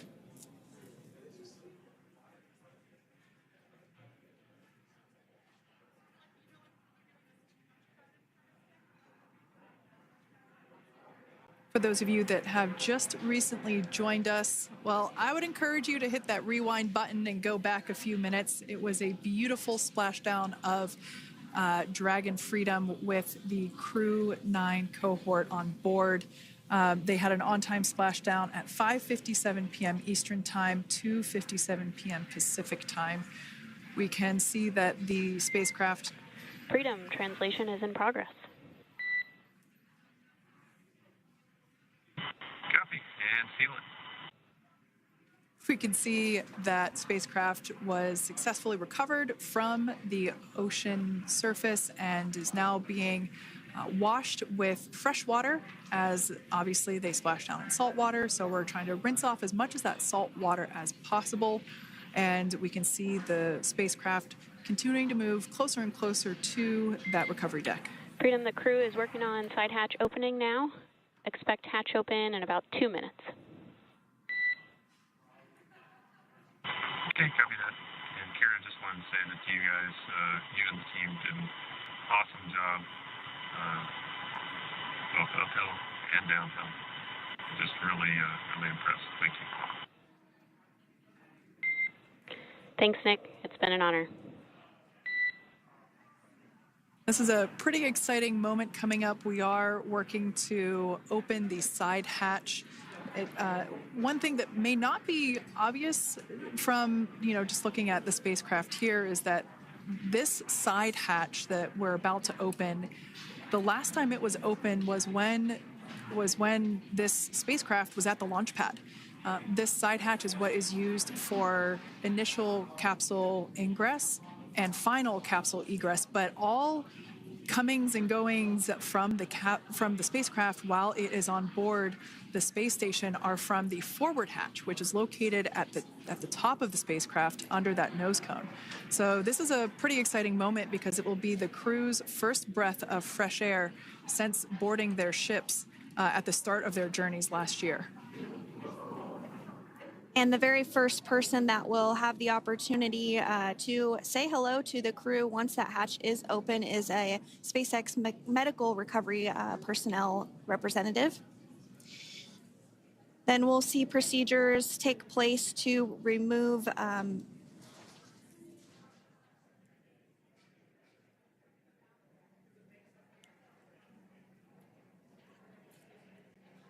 the footrests of Dragon. That will just help the recovery personnel get a little bit more room to access the crew and help get them out of the spacecraft. Yeah, you're absolutely right. Safety is, once again, top priority here, and removing those footrests from all 4 seats will be helpful as a SpaceX recovery team member will actually go into the capsule into Dragon Freedom to help the crew members unbuckle and stand up, and essentially we'll also see a fun little slide be put in place to help the crew members exit the spacecraft safely. So yeah, we're going to remove all 4 of those footrests to basically give a little bit more working room inside the spacecraft. That's right, and we did hear the go for that hatch opening, so we're just a couple minutes away from being able to see that, and then we might be able to get the chance to see a couple of views inside of the Dragon and see the crew following their splashdown. Now, opening that side hatch isn't quite like opening, the door to your car. We have to depress the seal around the side hatch, as well as, we'll now see them open that side hatch up.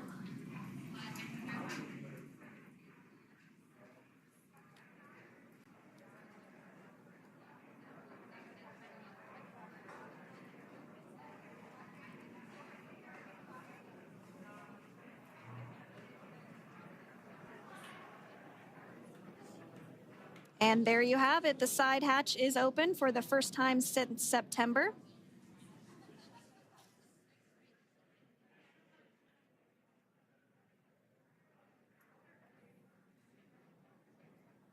We can see some of the protective equipment there that was brought into frame that will help protect the edge of the side hatch, one from any potential damage. Oh, we can see the recovery crew member there taking photos of the side hatch seal. This is part of the standard operation for recovery. These photos will get saved into our procedure. We'll then install that protective frame around the side hatch. This helps to ensure that the side hatch itself, the edges of it, incur no damage while crew members are coming out from the spacecraft.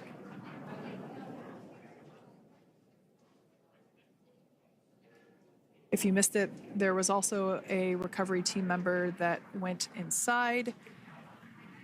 So there are now 5 people on board the Dragon spacecraft.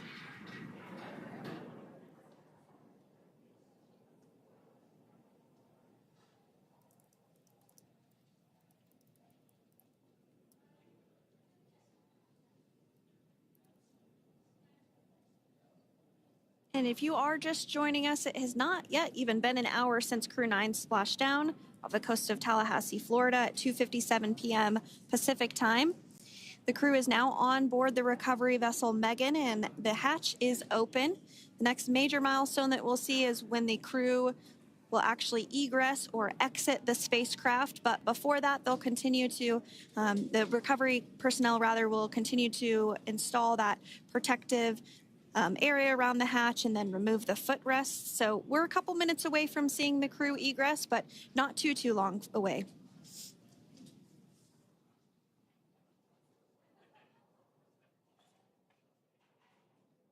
We'll probably see those footrests being handed out here in the near future, as I mentioned before. Oh, of course, we got to get a well-documented photo of the moment. Although we can't see it from here, I'm pretty sure there are 4 smiles on board right now. And we did hear that report out from the commander, Nick Hague, following Splashdown, that there were four smiles as far as he could see. Yeah, Capsule full of grins. Now, generally speaking... And there we do see Crew 9, some happy waves, smiles all around back on Earth.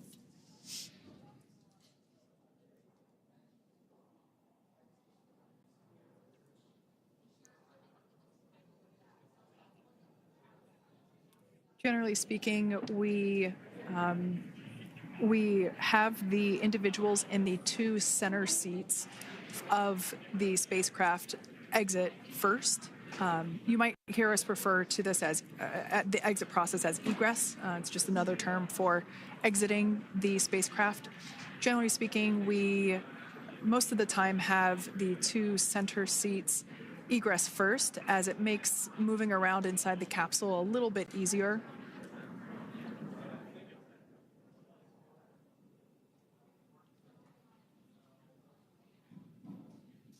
We can see the tablets that were previously located on the upper leg of the crew members. We can see those being handed out to the recovery team.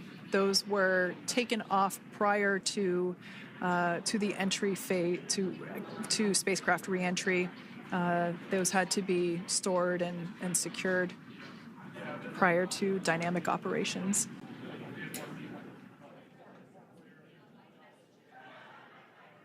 It looks like we are starting to see the footrests also be removed. I just saw one there on the screen.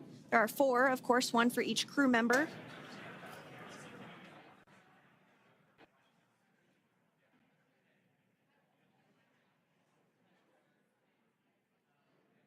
Those footrests are made out of carbon fiber and are actually sized appropriately for each crew member, as everybody has different measurements and different leg lengths. Same goes for the armrests and the bucket length of each seat. We size those appropriately for the crew members and to ensure their comfort and safety. I believe we just saw the little ramp that is used to help slide the crew members out from inside the spacecraft. And once the crew does exit Dragon Freedom, they will be placed on to a stretcher to go to a medical bay for medical checkouts. This is standard procedure for all Dragon spacecraft flights that Splashdown crewed, as well as for our Soyuz spacecraft that land in Kazakhstan.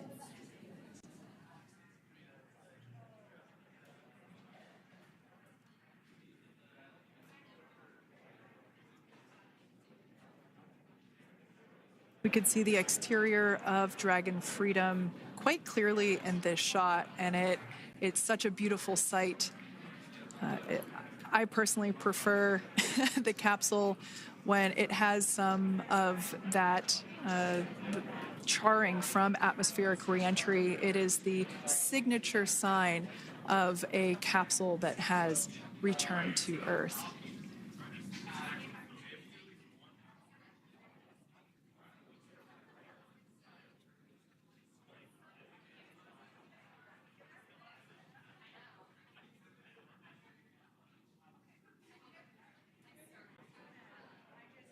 Continuing to stand by for our first crew member to egress or exit Crew Dragon Freedom following their splashdown at 2:57 p.m. Pacific time. Dragon undocked from the International Space Station at 10:05 p.m. Pacific just yesterday, so it was about 17 hours of phasing.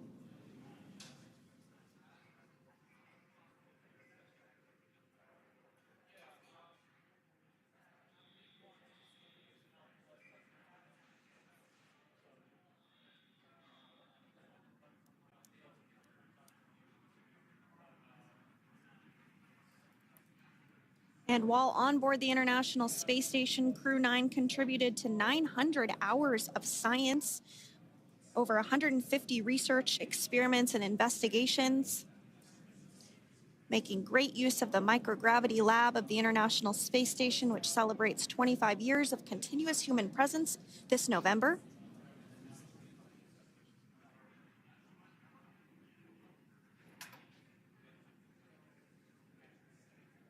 Looks like we're about to get our first crew member here upon egress of the Dragon spacecraft.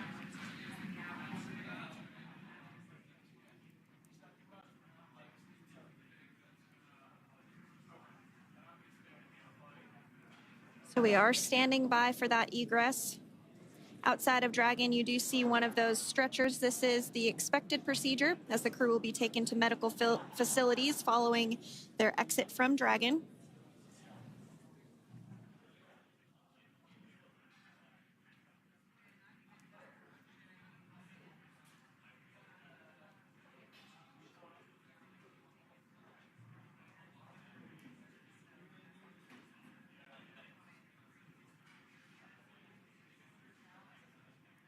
We can see folks on board clapping as our first crew member.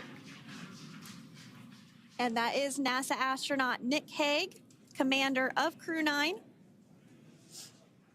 now out of Crew Dragon Freedom. Some smiles, thumbs up, and a wave. Can't get any better than that. Yeah, that is one happy camper, that's for sure. As we said before, it is standard procedure for all of our long-duration crew members to receive assistance upon egressing from the spacecraft. We basically help them move off of the recovery deck and into the private medical quarters for their initial consultation with the SpaceX flight surgeon.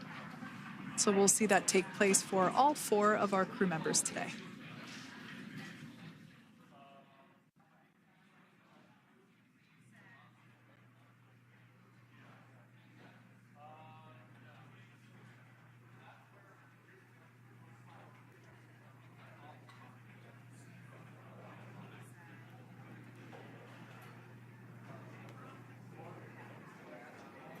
And we are standing by for the next crew member to exit Freedom.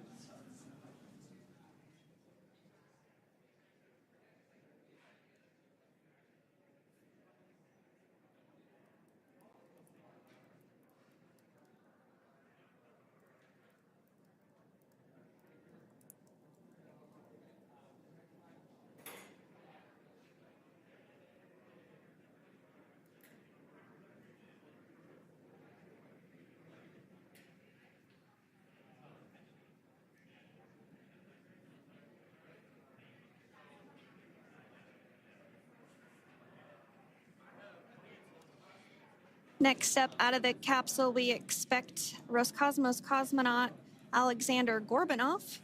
His first space flight. Spent 171 days in space alongside NASA astronaut Nick Hague. Looks like we're getting some cheers and clapping on board as Aleksandr is slid down the little ramp and placed into the mobility aid. Once again, big smile.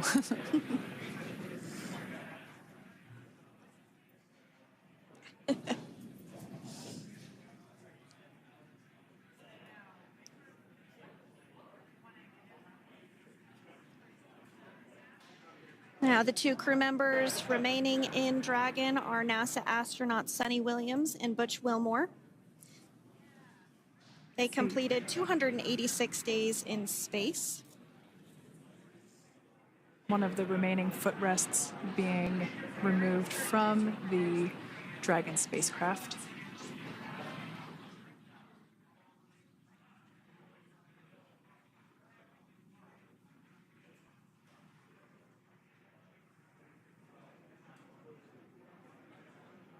As I said before, we generally try to have the crew members that are located in the two center seats aboard Dragon, and we like to have them egress first if possible, as it creates a little bit more movable working room inside the spacecraft. There is a recovery crew member inside that is helping all of our Crew 9 crew egress or exit from the spacecraft.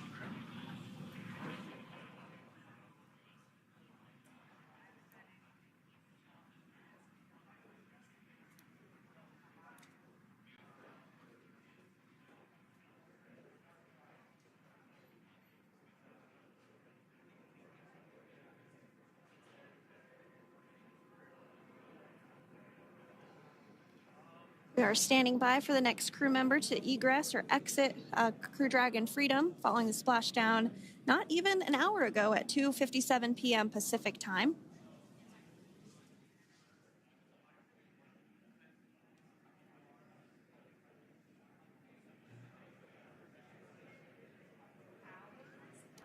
Really have the recovery operations down pretty quick at this point.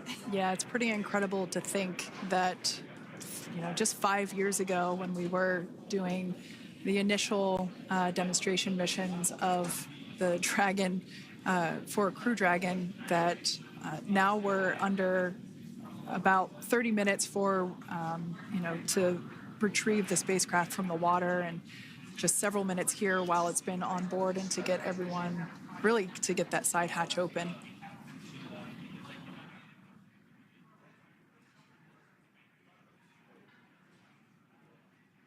For those of you that have just recently joined, the Dragon had an on-time splashdown. Looks like we're getting our next crew member here. That is none other than Suni Williams. Big smile, big waves. She, like her other crew members, now will be assisted onto the mobility aid.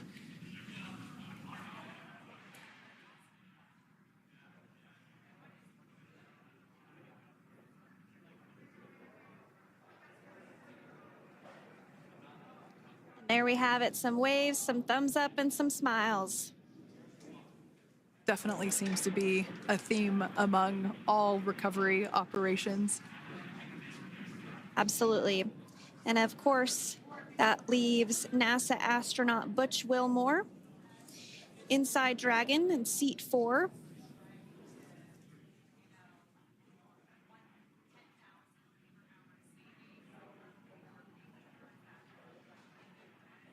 We're getting some views of him now as he egresses or exits the spacecraft.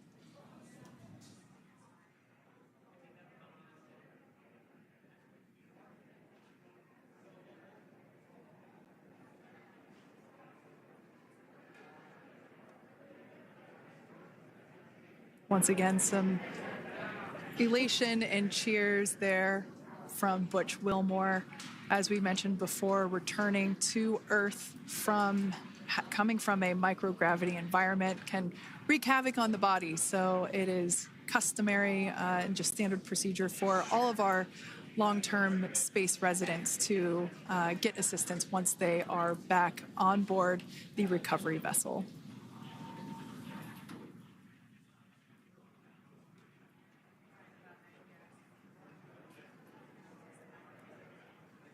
Well, now that Nick, Butch, Suni, and Aleksandr are safely back home on Earth and getting checked out by the NASA medical team, we're going to wrap up our live coverage of their return.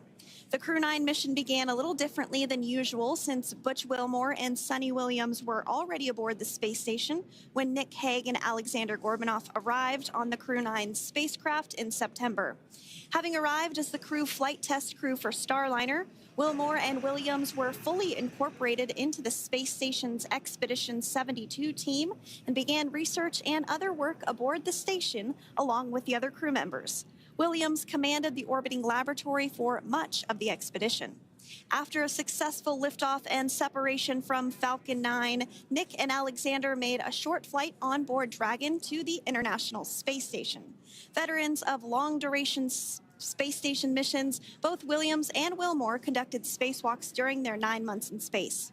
Like all crews on the station, Crew 9 had the ability to leave at any point had there been an emergency. With their full-duration mission coming to an end, the crew began packing up their personal items for their return to Earth about a week ago and worked through tasks and shared lessons learned with Crew 10 teams as they arrived a few days ago. Their journey home began about 17 hours ago when they closed the forward hatch to Dragon and undocked from the space station at 10:05 p.m. Pacific, 1:05 a.m. Eastern. After 4 successful departure burns and a phasing burn to line up their orbit, Nick, Butch, Suni, and Aleksandr rested for a few hours before waking up to prepare for re-entry this morning.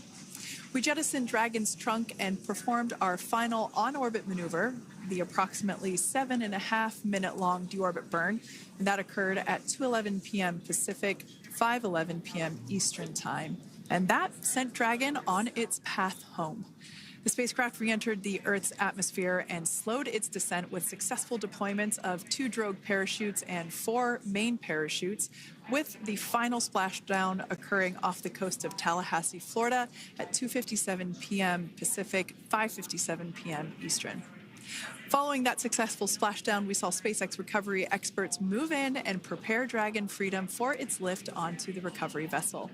And just a little less than an hour following splashdown, we saw Nick, Suni, Butch, and Aleksandr make their way out of Dragon and into the recovery ship's medical facilities, safe and sound. Next up, they'll catch a helicopter flight back to shore, where they'll transfer to aircraft that will take them home. The astronauts will take a NASA plane for the short flight back to Houston, where they'll be reunited with family and friends to bring an end to this mission. It's been an honor and a privilege to share their journey with all of you as we continue this new era in human spaceflight. Return today marks the end of the direct